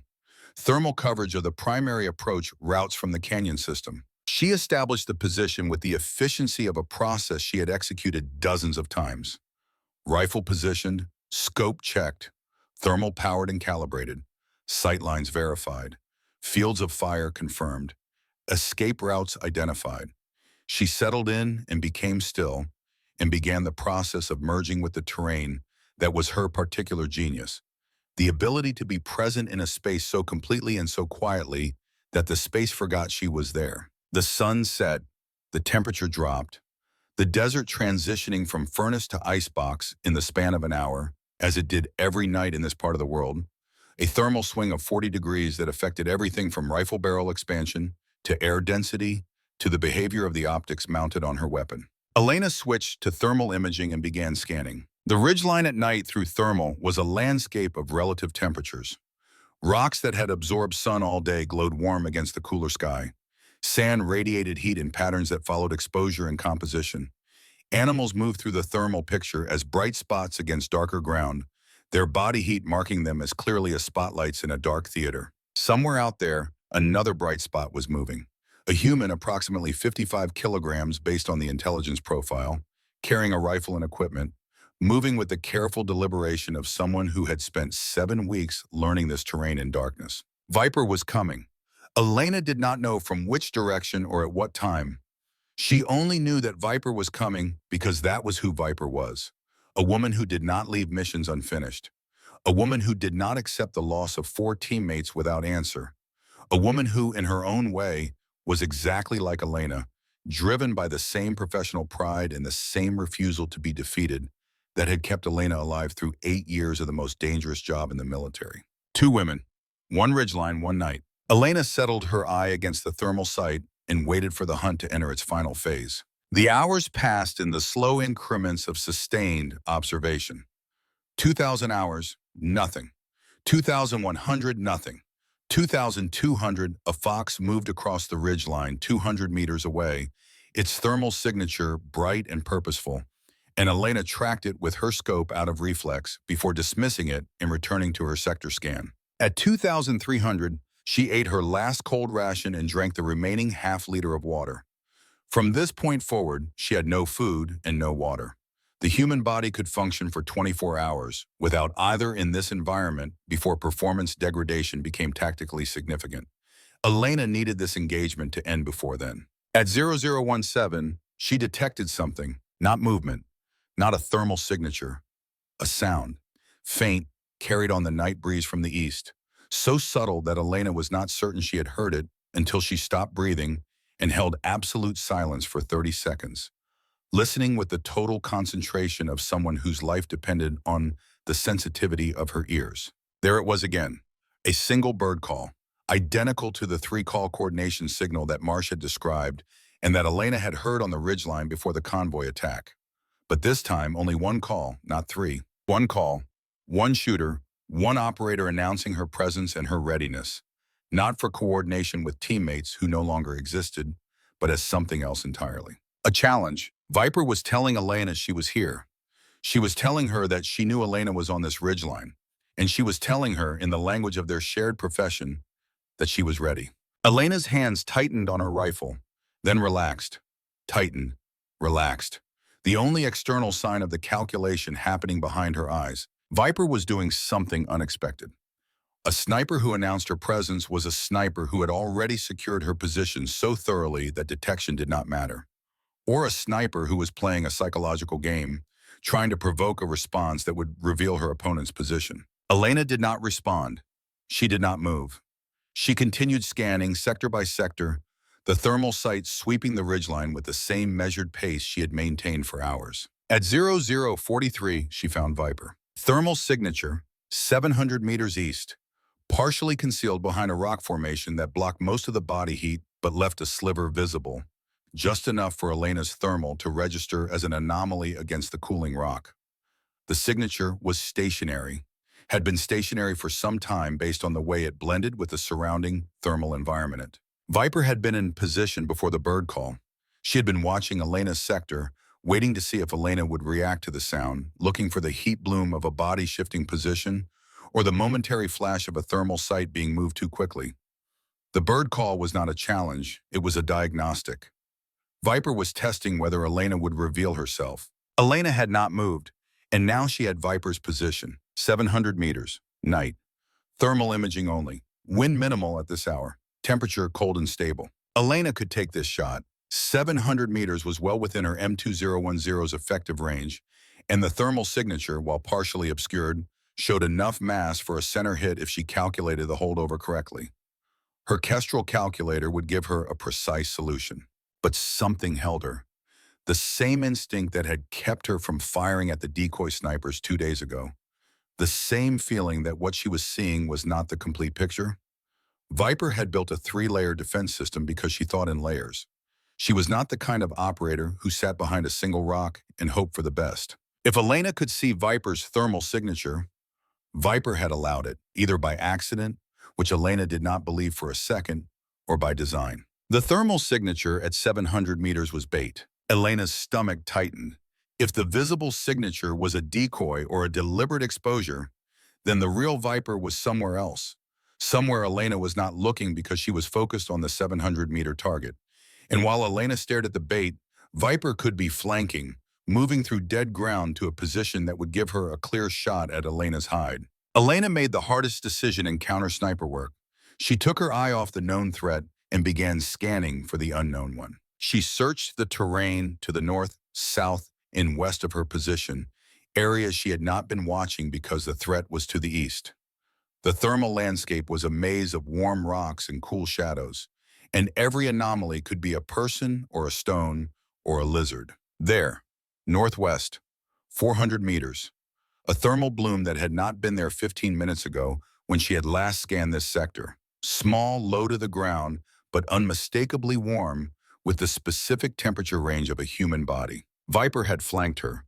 While Elena watched the decoy to the east, Viper had moved through dead ground to the northwest, circling behind Elena's position, approaching from the one direction Elena had not prioritized because the threat was supposed to come from the east. 400 meters, northwest, moving. The thermal signature was no longer stationary. It was advancing slowly toward Elena's position, using terrain features for concealment, but unable to completely hide its heat from Elena's thermal sight. Viper was closing the distance. At 400 meters and closing, in darkness, with a Dragunov SVD that was lethal at this range, Viper would have a kill shot within minutes. Elena had seconds to decide. Engage the moving target at 400 meters through thermal only, a difficult shot in darkness with uncertain target identification, or abandon her position and relocate, surrendering the hide she had prepared and entering a mobile engagement where Viper's terrain knowledge gave her the advantage. She chose to fight. Elena swung the M2010 northwest, acquired the thermal signature in her scope, and began calculating. 400 meters, slight uphill, negligible wind, moving target, slow, approximately 1 meter per second. Lead required minimal. Holdover for range, standard calculations she could do in her sleep. She placed the crosshairs ahead of the moving signature, compensated for range, and squeezed the trigger. The M2010 roared in the night, the muzzle flash a brief sun that destroyed her night vision adaptation and would mark her position for anyone watching within kilometers. Through the thermal sight, which was unaffected by visible light flash, she saw the round impact. The thermal signature went down, then separated into pieces, and Elena's blood went cold as she understood what she was seeing. The target was not a person, it was a piece of equipment, probably a heated pack or chemical warmer, placed on a slow, mechanical device, or simply on a slight incline where thermal expansion of the heating element created the illusion of movement. A decoy, a thermal decoy designed to draw her fire and reveal her position. She had fired at nothing, and now Viper knew exactly where she was. Elena threw herself out of the depression as the first round cracked overhead, passing through the space her head had occupied a half-second earlier. The supersonic snap of the bullet reached her simultaneously with the distant report of the rifle, which meant the shot had come from close range, much closer than the 700-meter decoy she had initially spotted. She rolled behind the nearest rock formation, pulling her rifle with her, scanning wildly for the muzzle flash she should have seen. There, southeast, approximately 300 meters. Viper had not been at either thermal position. She had set 2 decoys, one visual at 700 meters and one thermal at 400, and had positioned herself at 300 meters in the gap between them, waiting for Elena to engage one of the decoys and reveal her hide. 3 layers, even now operating alone with her entire team dead, Viper thought in 3 layers. Elena's position was compromised. Her hide was known. She had 15 rounds in her M2010, 17 in the MX-12, and a sidearm. She was uninjured but exposed without prepared cover, in a terrain she knew well but not as well as the woman who was trying to kill her. The night was young, and the hunt had just truly begun. The second round hit the rock 2 feet from Elena's head and sprayed fragments across her face. She felt the sting of stone shards embedding in her left cheek and the warm trickle of blood that followed, but she did not flinch and she did not cry out, because flinching and crying out were luxuries for people who were not being shot at by the most dangerous sniper in the theater. She was behind a rock formation approximately 40 centimeters thick at its widest point, which was enough to stop a 7.62 by 54 round from a Dragunov S5D, but not enough to make her feel safe, because safe was a word that had no meaning on this ridgeline at this hour. What she felt was alive, which was the next best thing, and angry at herself, which was more useful than fear. She had fired at a decoy. In 8 years of sniper operations and 14 counter-sniper missions, she had never fired at a decoy. She had fallen for Viper's trap the way a chess player falls for a gambit, seeing the obvious sacrifice and taking it without calculating the 3 moves that followed. The thermal decoy at 400 meters had been elegant in its simplicity. A chemical heat source designed to mimic a human thermal signature, placed on terrain with a slight gradient so that thermal convection would create the subtle movement pattern of a crawling body. It was fieldcraft of the highest order, and Elena would have admired it if she were not currently bleeding from the face behind a rock that was the only thing between her and a bullet. 300 meters southeast. That was where Viper's muzzle flash had originated. In the time it had taken Elena to process the decoy and throw herself out of her hide, Viper had fired 2 rounds. The first had missed by half a second in the margin of Elena's reaction time. The second had hit rock. Neither had found flesh, which meant Elena was still in this fight, but the geometry of the situation was terrible. Elena was behind a cover with no prepared position, no sight lines to Viper's location, and no way to move without exposing herself across open ground that Viper's scope was certainly covering. Viper was in a position she had chosen and prepared, with clear sight lines to Elena's cover and the patience to wait until Elena made a mistake. This was not a sniper duel. This was a siege, and Elena was the one behind the wall. She assessed her options with the cold rationality that a training instilled and that panic tried to destroy. She could stay behind this rock and wait for Viper to reposition for a better angle, which would eventually happen because no cover was perfect from all directions. She could attempt to return fire from her current position, which would require exposing herself to take a shot at a target she could not currently see, or she could move. Moving was the worst option and the only real option. Staying static meant dying on Viper's timeline.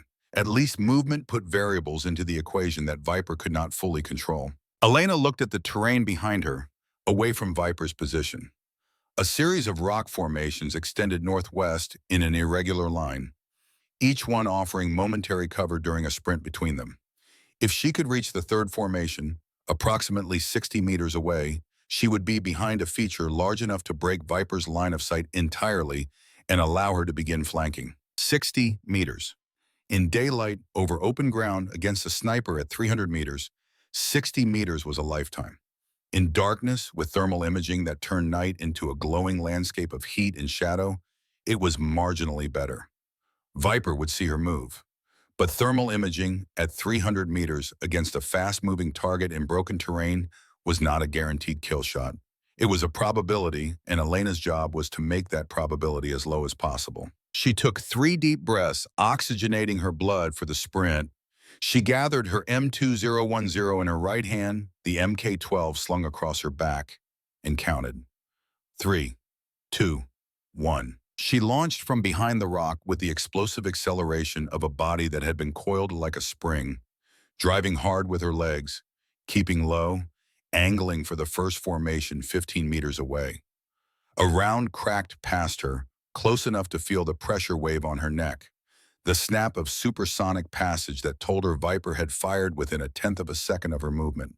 Fast, impossibly fast for a bolt-action rifle. Viper had been ready, finger on trigger, waiting for exactly this. Elena reached the first rock and did not stop.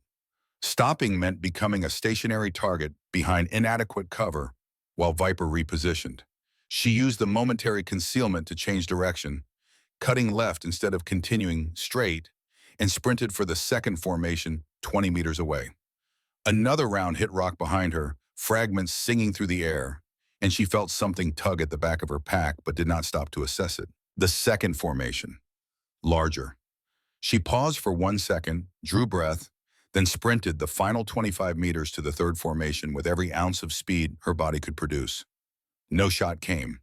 Either Viper had lost visual during the direction change, or she was waiting for a clear shot that Elena's zigzag pattern was not providing.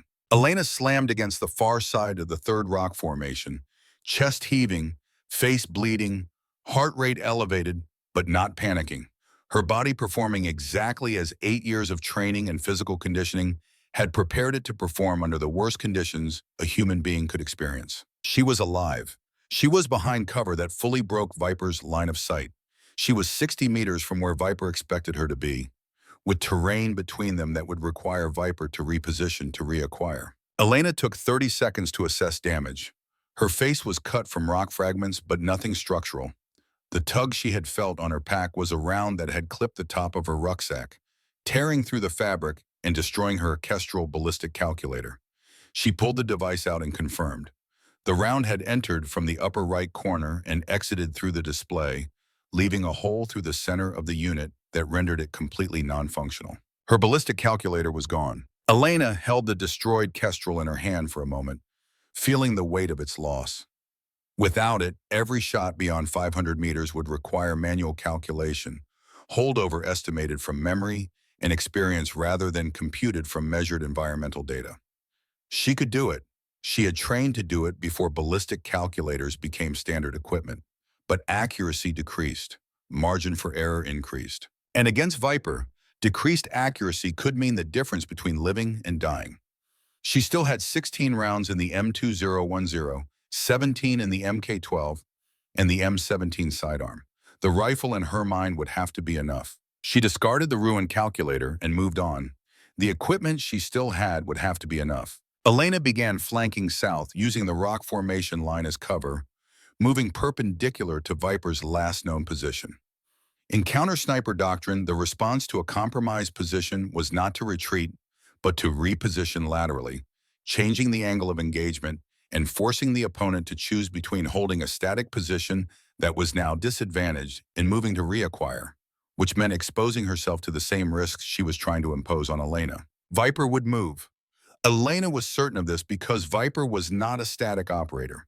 The three-layer defense system, the flanking maneuver with thermal decoys, the immediate accurate fire when Elena revealed herself, all of this demonstrated a tactician who used movement and position change as weapons rather than liabilities. Viper would reposition to find Elena, and when she moved, she would create the opportunity Elena needed. The question was whether Elena would see the opportunity before Viper created one of her own. Elena moved south for 200 meters along the rock line, then turned east, circling back toward the area where Viper had fired from. She moved with the agonizing slowness that nighttime stalking demanded. Each step a deliberate placement of foot on ground, each breath controlled to minimize sound, each pause a 10-second scan of the terrain ahead through her thermal sight. The thermal showed cooling rocks, dark sky, the fading heat signature of a small animal that had passed through recently. No human signature. Viper had moved. Elena continued east, following the general heading of the ridgeline, approaching the area where she estimated Viper's firing position had been. She found it 20 minutes after leaving her cover position. A slight depression in the terrain, recently occupied, with the faint residual heat of a body that had lain there for an extended period. 2 brass casings pressed into the dirt, not standing upright like the team's signature. Lying flat. Viper had not left her signature here. This was not a statement position. This was a fighting position, and the casings were left not by choice, but by the urgency of firing and moving. 2 casings. 2 shots at Elena during the sprint. Elena picked up one and examined it in the faint starlight. 7.62 by 54R, rimmed, consistent with the Dragunov SVD. Confirmed. She dropped it and scanned the area around the position, looking for signs of Viper's egress direction. Footprints, faint in the hard ground but visible to someone who knew what to look for, leading southeast into a section of the ridgeline that Elena had observed during her 42-hour watch, but had not personally traversed. The footprints were deliberate, evenly spaced, not rushed. Viper had left this position under control, not in panic. Elena followed. Not the footprints directly, because following directly behind a sniper's path was how you walked into a trail, watching trap. She paralleled the trail, 30 meters to the south, maintaining visual on the footprint line through her thermal sight, while keeping enough distance that any trap set along the trail would not catch her. 300 meters of careful paralleling. The footprints led through a narrow passage between 2 large rock formations that created a natural choke point. Elena stopped before the choke point and studied it. The passage was 5 meters wide, 10 meters long, with rock walls 3 meters high on either side. Perfect ambush geometry. Anyone walking through would be channeled into a kill zone with no lateral escape. Elena would not walk through it. She would go around. She turned south to circle the rock formation and find another route east. 50 meters into the detour, her left boot caught something at ankle height. Thin, taut, wire. The flare ignited with a violence that turned the night into day. Magnesium white light erupted from a point 2 meters to Elena's right, a military-grade trip flare designed to illuminate infiltrating personnel, and it did its job with devastating efficiency. The darkness that had been Elena's ally for hours was obliterated in a sphere of blinding white that extended 50 meters in every direction, and at the center of that sphere, fully illuminated, silhouetted against the dark terrain beyond the flare's reach, was Elena Mercer. She had time to think one word: move. The round hit her rucksack as she threw herself sideways, a center mass shot that would have killed her instantly if she had not already been in motion when Viper pulled the trigger. The impact spun her, the force of a 7.62 round at close range transferring through the pack and into her body like a punch from a heavyweight. And she hit the ground rolling, the flare still burning behind her, still illuminating everything, still making her the most visible target on the ridgeline. She rolled behind a rock that was not large enough, exposed on two sides, and felt the ground next to her explode as a second round impacted. Viper was firing from somewhere to the east, using the flare's illumination to engage, and the flare would burn for another 30 seconds at least. 30 seconds in which Elena was lit up like a stage performer, while Viper operated from the darkness beyond. Elena unslung her M2010, aimed in the general direction of the shots, and fired 3 rounds in rapid succession. Not aimed fire, not precision shooting. Suppressive fire designed to force Viper's head down for the seconds Elena needed to move. She fired and moved simultaneously, scrambling on hands and knees away from the flare's light cone, dragging her rifle by the sling, feeling the gravel tear her palms and knees, but not caring because torn skin healed and bullet holes did not. She reached darkness. The boundary between the flare's illumination and the surrounding night was sharp, a wall of light giving way to black, and Elena crossed it and kept moving, putting distance between herself and the burning flare with every step. Behind her, the flare began to dim, its magnesium charge burning down, and the darkness crept back over the ridgeline like water filling a hole. Elena collapsed behind a boulder 50 meters from the flare and took stock. Her rucksack was destroyed. The round had entered through the main compartment and exited through the side panel, passing through the space where her radio had been stored. She checked. The radio was shattered, its housing cracked open by the passage of the bullet, circuit boards and wiring exposed and useless. Her spare water container was punctured and empty, the water already absorbed into the fabric of the pack. Her medical kit had survived by being in a side pocket the bullet had not traversed, and her night vision was still functional on her head mount. But the ballistic calculator was already gone from the earlier hit.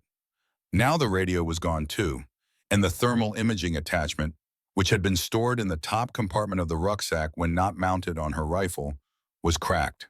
She pulled it out and attempted to power it on. The display flickered, showed a distorted image for 3 seconds, then went dark. Elena sat in the darkness behind the boulder and inventoried what she had left. Her M2010 with 13 rounds, having spent 3 of her 16 on suppressive fire during the flare escape. Her Mk12 SPR with 17 rounds.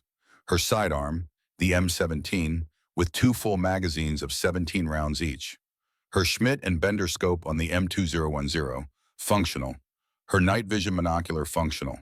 No thermal imaging, no ballistic calculator, no radio, no water, no food. She was stripped down to the essentials of her craft: a rifle, a scope, night vision, her training, her experience, her knowledge of this terrain from 42 hours of observation, and the understanding, absolute and cold, that the woman hunting her was operating with the same constraints minus the night vision and the scope quality, but plus an intimate knowledge of terrain that 7 weeks of daily operation provided. This was what it came down to: not technology, not support, not the advantages of a well-supplied military operating against an isolated team. This was 2 women with rifles in the dark, each trying to find the other before being found, each relying on nothing but skill and nerve, and the willingness to wait for a shot that might not come. Elena's left hand was burned from the flare, the skin red and blistered across the back of her fingers where the magnesium heat had caught her during the roll. She flexed the hand experimentally. Painful but functional, she could grip the rifle fore-end, she could work the bolt, she could shoot. Pain was information, not permission. Her instructors at sniper school had said that, and she had carried it through every mission since. She checked the time: 0118, approximately 5 hours until first light. 5 hours of darkness in which she and Viper would play the oldest game in warfare, the game of who sees whom first, the game that had been played with spears and bows before rifles existed, and that had not changed in its essential nature, despite all the technology humanity had layered on top of it. Elena began moving again, not toward Viper, not away from her. Laterally, south along the ridgeline, then east, then north, describing a wide arc that would bring her to a position east of where Viper had been when the flare trap was sprung. The logic was simple: Viper expected Elena to either retreat west toward FOB Sentinel or continue east along the ridgeline. She would not expect Elena to circle behind her, because circling behind required passing through terrain Viper controlled in time that favored Viper's position. But Elena had an advantage Viper did not know about. During her 42-hour observation, Elena had mapped not just the obvious terrain features, but the subtle ones. The dry creek bed that ran parallel to the ridgeline 200 meters south, invisible from the crest, deep enough to conceal a person moving at a crouch. The creek bed that connected the western ridgeline to the eastern canyon system without crossing any sight lines from the ridge proper. Elena had noted it as a potential emergency egress route. Now she would use it as an infiltration route. She descended the southern slope of the ridgeline in darkness, moving by memory and night vision, feeling her way down the scree slope with the care of someone who understood that a single dislodged rock would announce her position as effectively as a gunshot. The descent took 20 minutes for a distance that would have taken 3 minutes in daylight at a walk. At the bottom, she found the creek bed exactly where her mental map placed it, a channel carved by seasonal water flow, approximately 2 meters deep and 3 meters wide, with sandy bottom and rock walls that would muffle sound and conceal movement. She turned east and began moving through the creek bed at a pace that balanced speed with silence. The sand was soft enough to absorb footfalls, but loose enough that careless steps would create crunching sounds that carried in the night air. Elena placed each foot with deliberation, rolling her weight, keeping her center of gravity low, and her profile below the creek bed walls. She moved for 40 minutes. By her estimate, she covered approximately 800 meters of lateral distance, enough to bring her well east of Viper's last known position. She was now behind Viper, or at least behind where Viper had been an hour ago. Viper could have moved in any direction since then, but the psychological profile and tactical analysis suggested Viper would push west, toward Elena's last known position, attempting to reacquire the target she had flushed from cover. Elena climbed out of the creek bed on the north side, ascending the slope back to the ridgeline crest. The climb was harder than the descent. Uphill over loose rock, in darkness, with damaged hands and depleted hydration, her body beginning to feel the accumulated toll of nearly 60 hours of continuous operation, with minimal sleep, minimal food, and the kind of sustained stress that burned calories and cortisol at rates the human body was not designed to sustain. She reached the ridgeline crest and found a position. Not perfect. She did not have time for perfect. A shallow depression behind a low rock wall that gave her approximately 90 degrees of sight coverage to the west and northwest, the direction from which Viper would approach if Elena's prediction was correct. She settled the M2010 into position, pressed her eye to the Schmidt and Bender scope, and activated her night vision monocular on the head mount above her scope eye. The combination gave her two views of the terrain. Through the scope, a magnified but narrow field of view in ambient light. Through the night vision, a wider field in the green phosphor glow that turned darkness into a grainy approximation of daylight. Without thermal, she could not see body heat. She could only see movement, shape, and contrast, the traditional methods of observation that snipers had used for a century before thermal technology existed. It was like going back in time, stripping away the advantages of modern warfare and returning to the fundamentals. Patience, observation. The trained eye that could distinguish between a rock and a person in the dark, between wind-moving vegetation and a human moving through vegetation. Elena scanned west. The ridgeline stretched before her in shades of green and black, a landscape of shadows and shapes that could be anything or nothing. She scanned slowly, methodically, the way she had been taught, moving her eyes in a pattern that covered every sector while paying special attention to the areas where terrain features would channel movement. An hour passed, nothing. Elena fought the fatigue that crept at the edges of her concentration. 60 hours of operation, 2 hours of fragmented micro-sleep, sustained combat stress, dehydration, caloric deficit. Each factor alone was manageable. Together, they created a cumulative degradation that attacked the most important weapon she possessed. Not her rifle, her mind. The ability to concentrate, to observe, to distinguish between signal and noise, to make correct decisions under pressure. That ability was eroding with each hour that passed, and she could feel it. The slight fuzziness at the periphery of her thoughts, The momentary lapses where her eyes stopped seeing and simply looked. She bit the inside of her cheek hard enough to draw blood. The pain snapped her back into full awareness. A primitive technique, unscientific but effective. Pain was an information channel that the brain prioritized, and a burst of sharp pain could override fatigue for minutes at a time. She would use this tool carefully, sparingly, saving it for the moments when concentration flagged most dangerously. At 0347, she saw something. Movement, 650 meters west. Her night vision registered a shape that had not been there during her previous scan of that sector. A low shape close to the ground, moving with the slow deliberation of someone who had all the time in the world and intended to use every second of it. Elena watched. The shape moved 5 meters, paused, moved another 5 meters, paused. The movement pattern was consistent with a sniper stalk, the technique of approaching a target position by moving in short increments, separated by long observation pauses.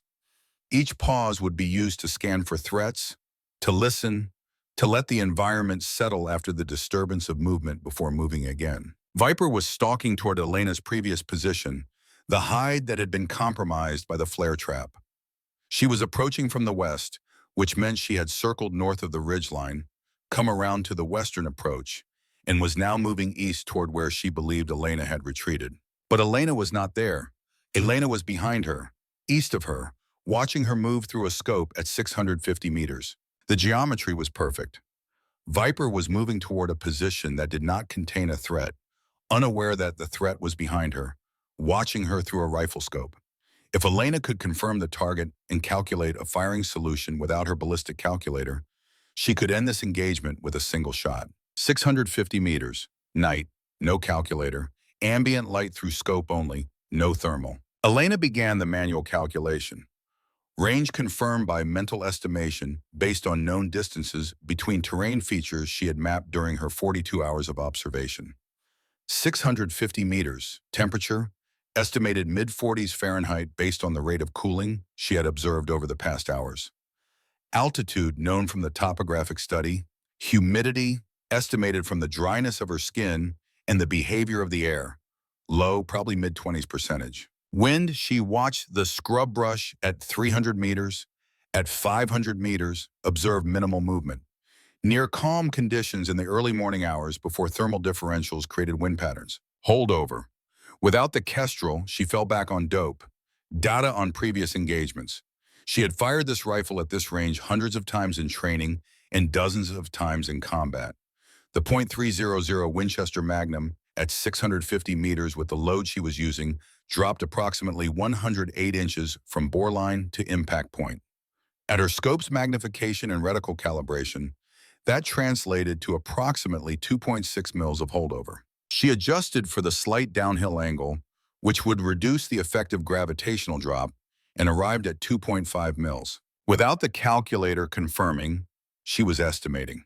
And estimating at 650 meters against a target that was approximately the width of a human torso, roughly 18 inches, meant that an error of a quarter mil in her holdover would push the round 6 inches off target. Her margin for error was small, but it existed. Center mass aiming point. Even if her calculation was off by the margin she feared, the round should still impact within the target area. She placed the crosshairs on the moving shape, waited for the next pause. The shape stopped, low against the ground, scanning. Elena adjusted her hold, placing the reticle 2.5 mils above the center of the dark mass, compensating for the slight crosswind she estimated from vegetation movement. The shape was still, perfectly still, the way only a trained sniper could be still, a controlled pause in the stalk that would last 20 to 30 seconds before the next movement increment. Elena controlled her breathing. Her burned left hand gripped the forend of the rifle, pain radiating through the blistered skin, and she filed it away. Her right hand was steady on the pistol grip, index finger resting on the trigger with the 2 pounds of pressure that left 1 pound before the sear released. Her heart rate was elevated, 90 beats per minute instead of the 60 she preferred for precision shooting, and she slowed it through practiced breathing, 4 counts in, hold, 4 counts out, feeling the rate descend beat by beat. She found the natural respiratory pause, the bottom of the breath, the moment of maximum stillness. The crosshair steadied on the point in dark air above the target where the round needed to be aimed so that gravity and distance would carry it down into the shape that was Viper. Elena squeezed the trigger. The rifle fired. Recoil pushed into her shoulder. The muzzle flash destroyed her night vision for 2 seconds, but she kept her eye on the scope, searching for the target through the momentary blindness. When her vision cleared, the shape at 650 meters had not moved. Elena worked the bolt, chambered around, watched. The shape was still there, still in the same position, not collapsed, not moved, still. A horrible possibility formed in Elena's mind. She had seen this before hours ago with the thermal decoy, a shape that looked right, that moved right, that presented exactly as a target should present, but was not what it appeared to be. She could not confirm the hit because she had no thermal to check for a body's heat signature. She could only see shape in darkness through the scope, and the shape had not changed. Had she hit Viper and Viper had died in the prone position she was already in, leaving the silhouette unchanged? Or had she fired at another decoy, another carefully prepared fake designed to draw her shot and confirm her position? Elena's jaw clenched. She had 11 rounds in the M2010. She had just spent one on a target she could not confirm. If this was a decoy, Viper now knew Elena was east of her, behind her, at approximately 650 meters based on the sound delay between the muzzle flash and the report. She waited. 1 minute, 2 minutes, 5 minutes. The shape did not move. A dead sniper in prone would not move. A decoy would not move. Both looked exactly the same through a scope at 650 meters in the dark. Elena made the decision that separated professionals from gamblers. She did not fire again. She did not approach. She maintained her position and waited for dawn. Dawn would give her the light she needed to confirm or deny the kill through her scope. Dawn would strip away the ambiguity of darkness and show her whether the shape at 650 meters was a body or a ruse. And if it was a ruse, Dawn would also give her the visual clarity to search for Viper's real position with the full power of her Schmidt and Bender optics in daylight. Dawn was approximately 70 minutes away. 70 minutes in which Viper, if she was alive, could reposition, flank, and close to a range where Elena's compromised equipment would not matter because a bullet at 50 meters killed just as effectively as a bullet at 1,000. Elena lay in her shallow depression, rifle aimed at the ambiguous shape, night vision scanning the periphery, every sense strained to its maximum, and waited for the sky to tell her whether she had won or whether the fight was still happening. The minutes passed like hours. At 0437, the eastern horizon began to gray. Not color yet, just a reduction in the absolute blackness of the sky, a suggestion that somewhere beyond the curve of the earth, the sun was approaching. The stars nearest the horizon faded first, their light overwhelmed by the faint glow of atmospheric scattering. Elena watched the shape as light slowly reclaimed the ridgeline. Details emerged. The shape resolved from a dark mass into something with texture and form. She could see fabric. She could see the angular line of what might be a rifle barrel. She could see the outline of what might be a shoulder or might be a fold in a blanket arranged to look like a shoulder. More light. The gray brightened to pale blue along the horizon. Elena increased her scope magnification, trading field of view for detail, and studied the shape with the intensity of someone whose life depended on correct interpretation of what she was seeing. Not a body. The shape was a constructed decoy, a rucksack arranged under a blanket with a stick protruding at the angle of a rifle barrel, positioned in a depression that gave it the silhouette of a prone sniper. In daylight, the deception was obvious. In darkness, through a scope at 650 meters, it had been convincing enough to draw Elena's fire. Viper had done it again, a third decoy. Every time Elena thought she had found her opponent, she found a phantom instead. Viper was playing a game of shadows and misdirection that would have impressed a stage magician, and she was playing it under combat conditions in the field with improvised materials. Elena had 12 rounds in the M2010. She had just spent one on a target she could not confirm. She had been on this ridge line for over 60 hours. She had no water, no food, no radio, no calculator, no thermal imaging. And she did not know where Viper was. The sky continued to brighten.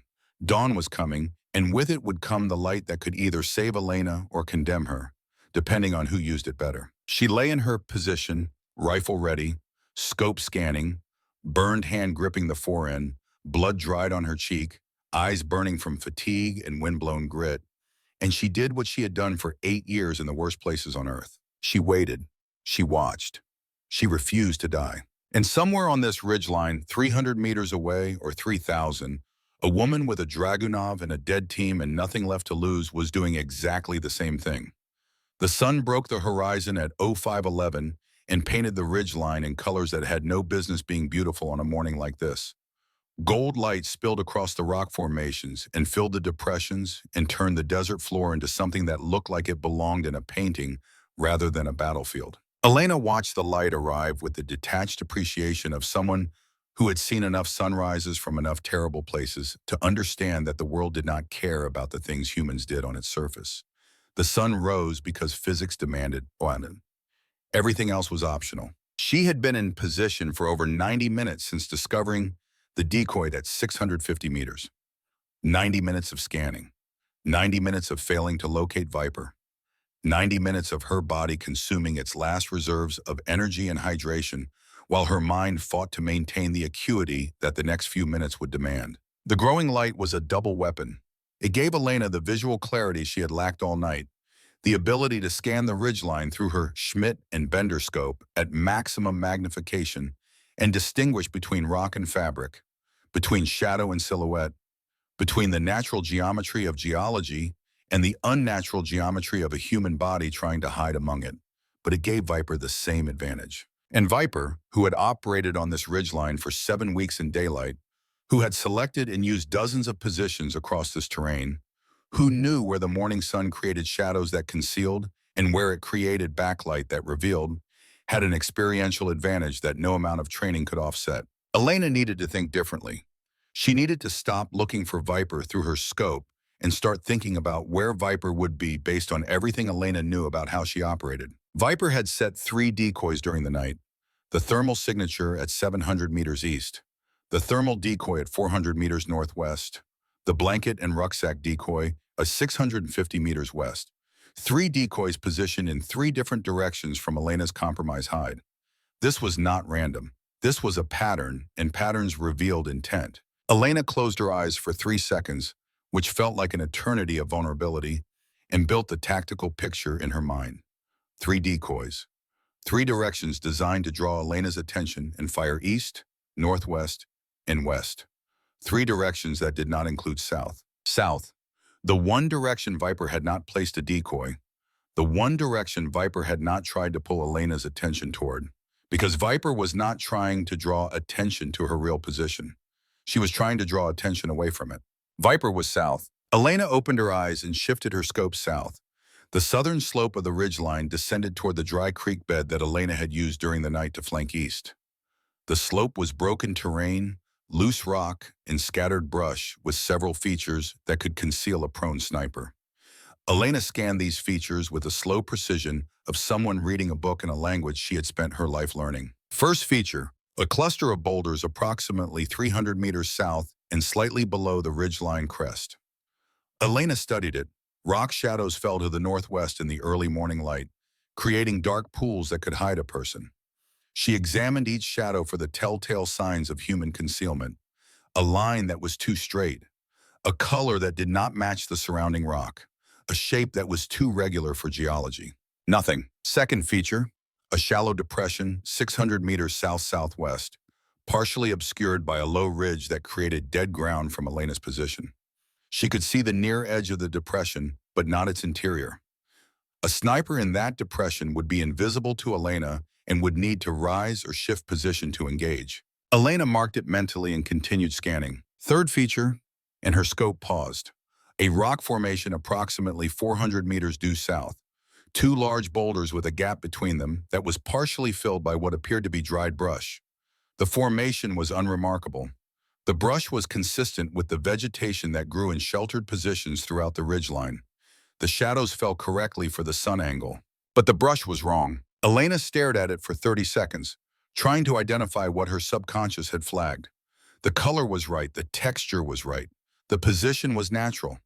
But something about the density was wrong. The brush in the gap between the boulders was slightly too thick, Too uniform, too deliberately placed compared to the organic randomness of vegetation that grew without human intervention. It looked like natural brush. It looked exactly like natural brush, and that was the problem.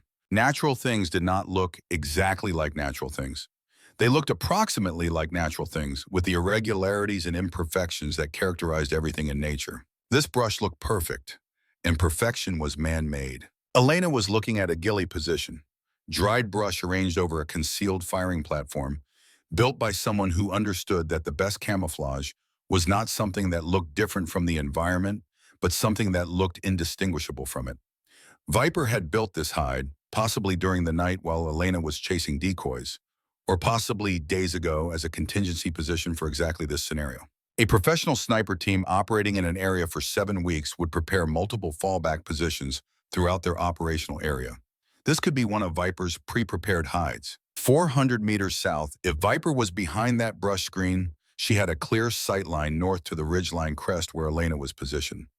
The morning sun was in the east, slightly behind and to the right of Viper's position, which meant Elena would be looking into increasing glare as the sun rose while Viper would have the sun behind her. Viper had chosen a position where time worked in her favor. Every minute that passed, the sun climbed higher, the glare worsened, and Elena's ability to see south degraded. Viper could wait. She had waited for 7 weeks. She could wait 7 more hours, letting the sun do its work, letting Elena's fatigue and dehydration and depleted reserves do their work, until the moment came when Elena's concentration lapsed, or her eyes failed, or her body surrendered to the demands she had placed on it for over 60 hours. Elena could not wait. Waiting meant losing. She studied the brush screen through her scope, looking for confirmation. A glint of glass, a barrel protruding through vegetation, the rise and fall of breathing in concealment that was not quite rigid enough to eliminate all movement. There, not a glint, not a barrel, something more subtle, a section approximately 8 inches wide that was slightly darker than the surrounding vegetation. Not a hole. A difference in depth suggesting the screen was thinner in that spot, thin enough for observation without exposure. An observation port built into the camouflage. Professional, deliberate, invisible to anyone not specifically looking for it. Elena had found Viper. 400 meters, no ballistic calculator, manual computation from dope inexperience, moderate conditions, early morning, temperature rising, humidity low, wind beginning to build as thermal differentials created air movement along the ridgeline. At 400 meters, the .300 Winchester Magnum dropped approximately 36 inches from boreline. At her scope's calibration, that was approximately 1.5 mils of holdover. She knew this number the way she knew her own name because 400 meters was a range she had fired at thousands of times across 8 years of training and combat. The calculation was not math. It was memory, muscle memory, neurological memory. The accumulated experience of a body and mind that had made this calculation so many times it had become as natural as breathing. Wind. She watched the scrub brush between her position and Viper's. Minimal movement at the surface. Perhaps 2 miles per hour from the east, a light morning breeze just beginning. At 400 meters, a 2-mile-per-hour crosswind would deflect the bullet less than 2 inches, within the margin of a center mass shot. But center mass was the problem. Elena could not see Viper's body. She could see a brush screen with a suspected observation port. She knew with professional certainty that someone was behind that screen. But she did not know the exact position of the body behind the concealment. Shooting through the brush screen would require the round to penetrate dried vegetation before reaching the target, which could deflect the bullet unpredictably. And if Viper was positioned low, below the observation port, a round aimed at the port would pass over her. Elena needed Viper to move. She could fire through the brush screen and hope for a hit, but the vegetation could deflect the bullet unpredictably. She could wait for Viper to expose herself, but waiting favored Viper as the sun climbed. She could relocate for a better angle, but movement would expose her. Or she could force Viper's hand. Elena reached down with her left hand, ignoring the burn pain that flared across her blistered fingers, and found a stone the size of a golf ball. She calculated the angle. Her position was on the ridgeline crest, slightly above and north of Viper. If she threw the stone northwest, away from both of them, It would land on open ground and create noise that might prompt Viper to shift her observation toward the sound. It was a technique so simple it was almost primitive. A thrown rock, the same distraction that had been used in warfare since humans first picked up weapons. But simple did not mean ineffective. It meant tested by millennia of application. Elena threw the stone with her left hand, a low sidearm toss that sent it arcing northwest. It landed 40 meters away on a gravel patch and created a sharp clatter of stone on stone that carried clearly in the morning air. Through her scope, Elena watched the brush screen. The observation port shifted. Not much, perhaps 4 inches. The darker area moved as someone behind the screen adjusted their position to look toward the source of the noise. And in that adjustment, the brush screen was disturbed enough to create a gap, a momentary opening, perhaps 12 inches wide, through which Elena could see, for the first time, a human shape. A shoulder, the side of a neck, the edge of a jaw. A person lying prone, turning their head toward the northwest, presenting a partial profile through a gap in their own concealment. Elena did not hesitate. Hesitation was the thing that had killed Diane Holt 3 years ago. 2 seconds of hesitation when Elena's first female target appeared in her scope. 2 seconds of involuntary pause when her brain processed that the target was a woman. 2 seconds in which the target identified Diane's position and fired, and Diane died in the dust of a different ridgeline in a different country. Elena had carried those 2 seconds for 3 years.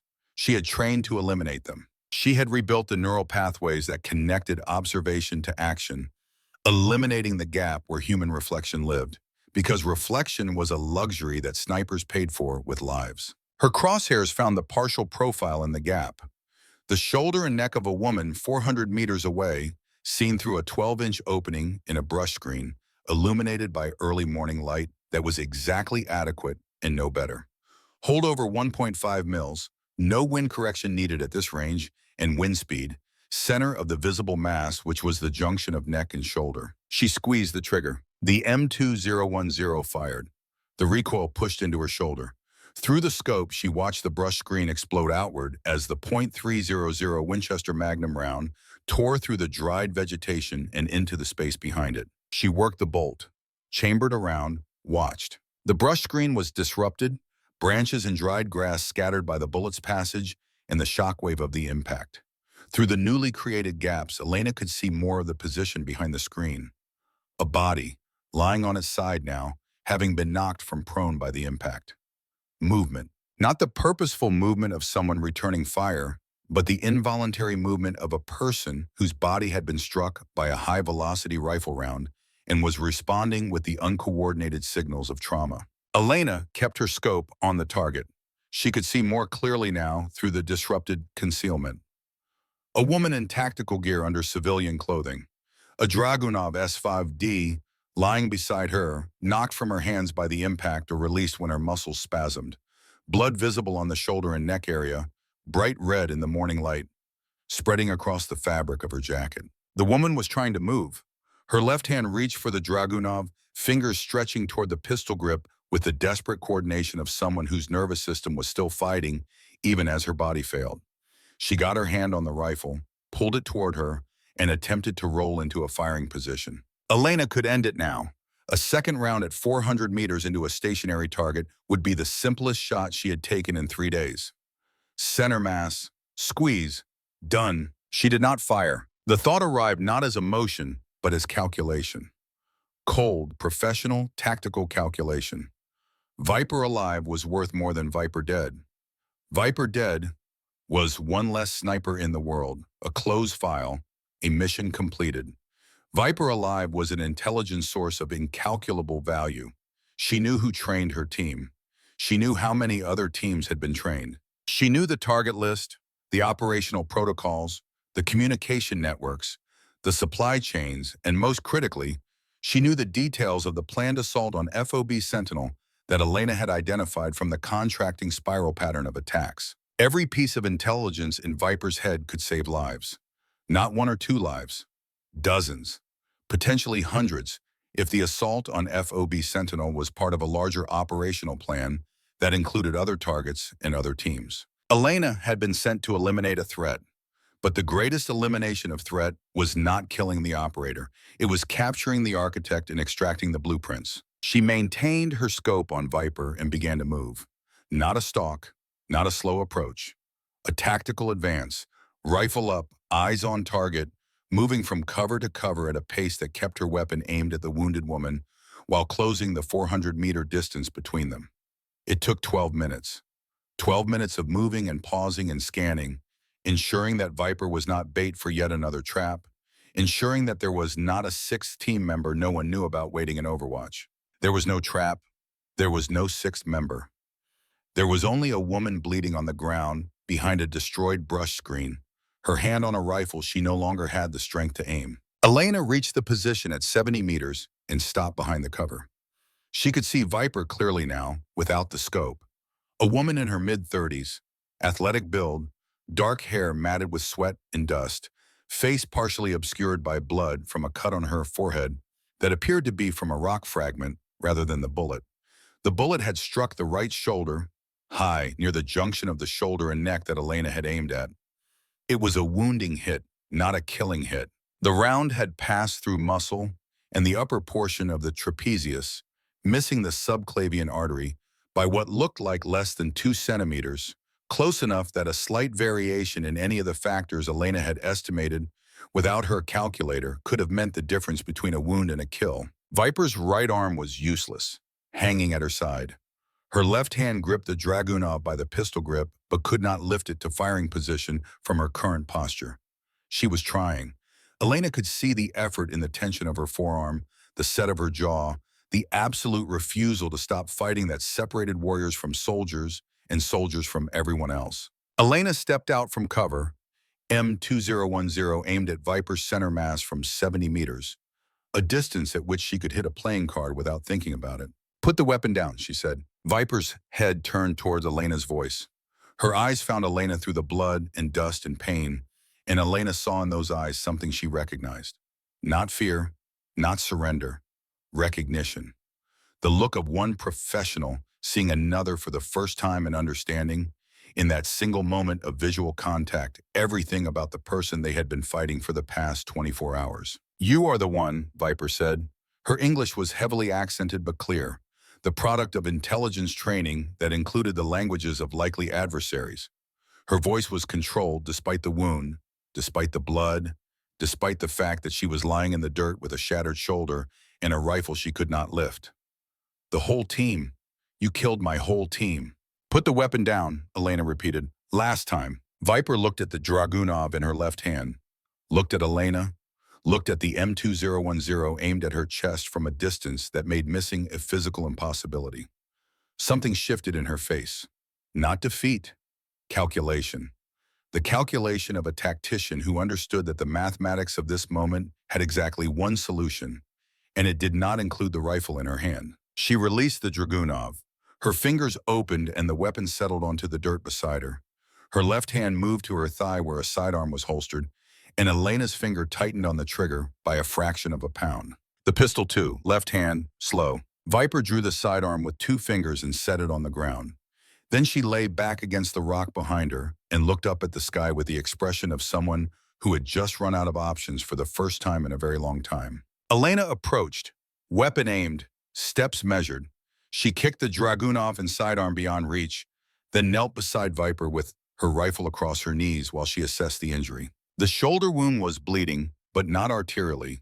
The round had passed through cleanly, entering the front of the right shoulder and exiting through the back, destroying muscle and possibly chipping the scapula, but not severing major vessels. Survivable, treatable. But Viper would lose consciousness within 30 to 40 minutes without intervention. Elena pulled the medical kit from her cargo pocket, the one piece of support equipment that had survived the night intact, and began working on the wound. Hemostatic gauze packed into the entry wound, pressure bandage wrapped around the shoulder, tourniquet positioned on the upper arm as a precaution, not tightened but ready. Professional combat medicine applied to an enemy by the person who had shot her, because the calculation that had stayed Elena's trigger finger demanded that this woman survive long enough to be interrogated. While Elena worked, Viper spoke. "Spectre," she said, "shadow, whisper, wraith." A pause, and then she said other names. Anya, Daria, Lena, Mira. She was not listing code names. She was listing real names. And the way she said them, with the weight of someone reciting names that mattered more than her own, told Elena everything she needed to know about what these four women had been to their leader. Their real names, Elena said, not a question. The only names that matter, the names their mothers gave them, not the names the army gave them. Viper's eyes were losing focus, the blood loss beginning to affect consciousness, but her voice remained steady. They had no place to go home to. None of us did. The team was home. Elena finished the bandage and sat back on her heels.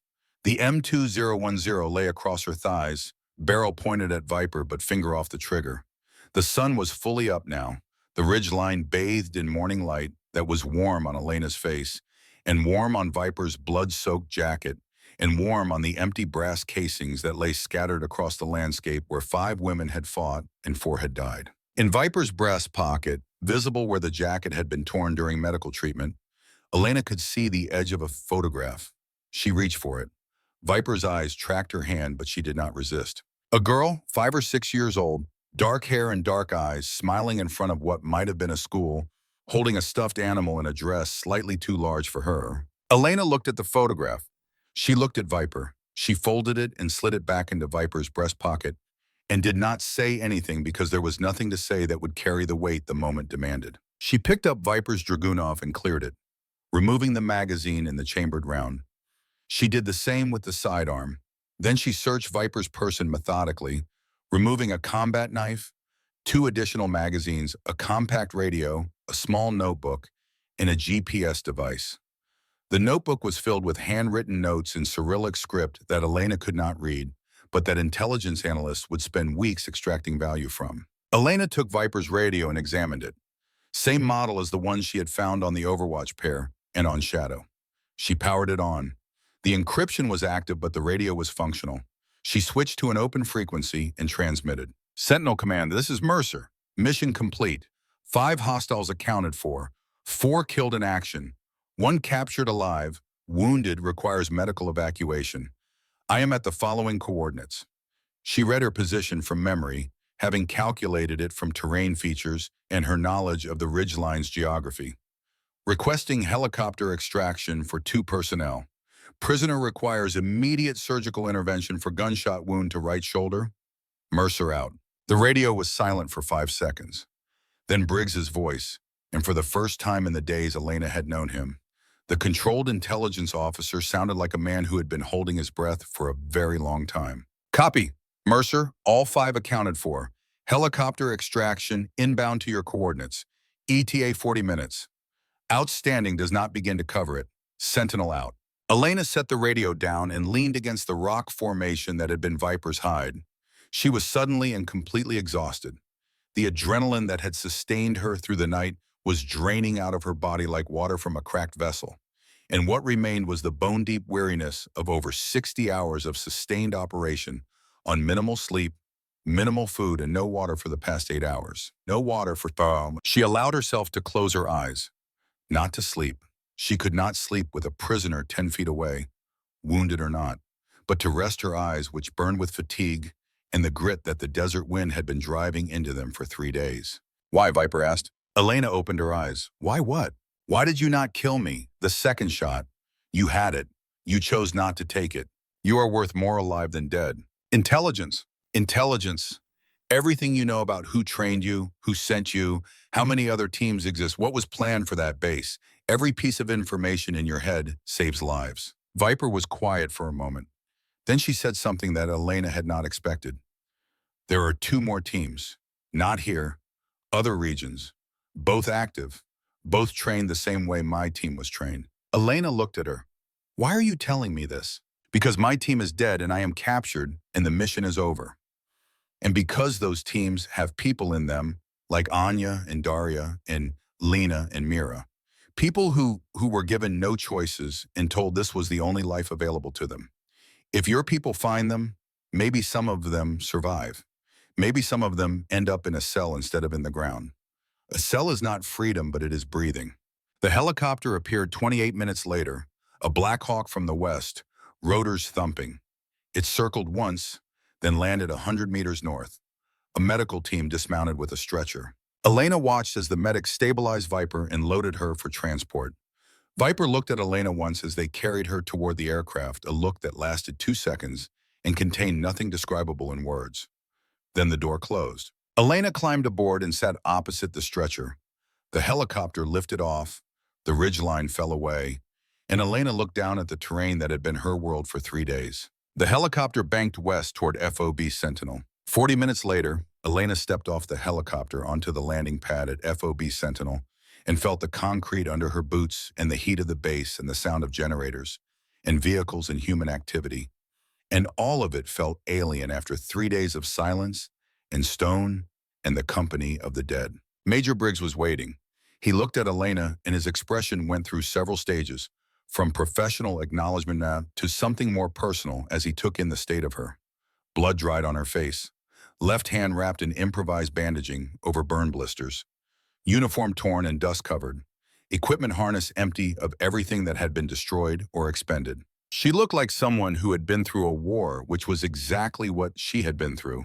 A private war on a ridgeline with an opponent who had pushed her closer to the edge of her capabilities than anyone she had ever faced. 5 accounted for, Briggs said. 4 KIA, 1 prisoner. The prisoner is being prepped for surgery and will be available for interrogation within 48 hours. Intelligence Division is already requesting access. She told me there are 2 more teams, Elena said. Active, other regions, trained the same way. Briggs processed this. She volunteered that information? She has her reasons. What reasons could a captured enemy sniper have for giving up intelligence voluntarily? The kind of reasons that come from watching 4 people you trained and fought beside die in one day. She wants the others taken alive if possible. She knows that is not guaranteed, but she knows dead operators do not provide intelligence. And intelligence is what will keep me from being sent after those teams the same way I was sent after hers. Briggs studied Elena for a long moment. You made a tactical decision to capture rather than kill.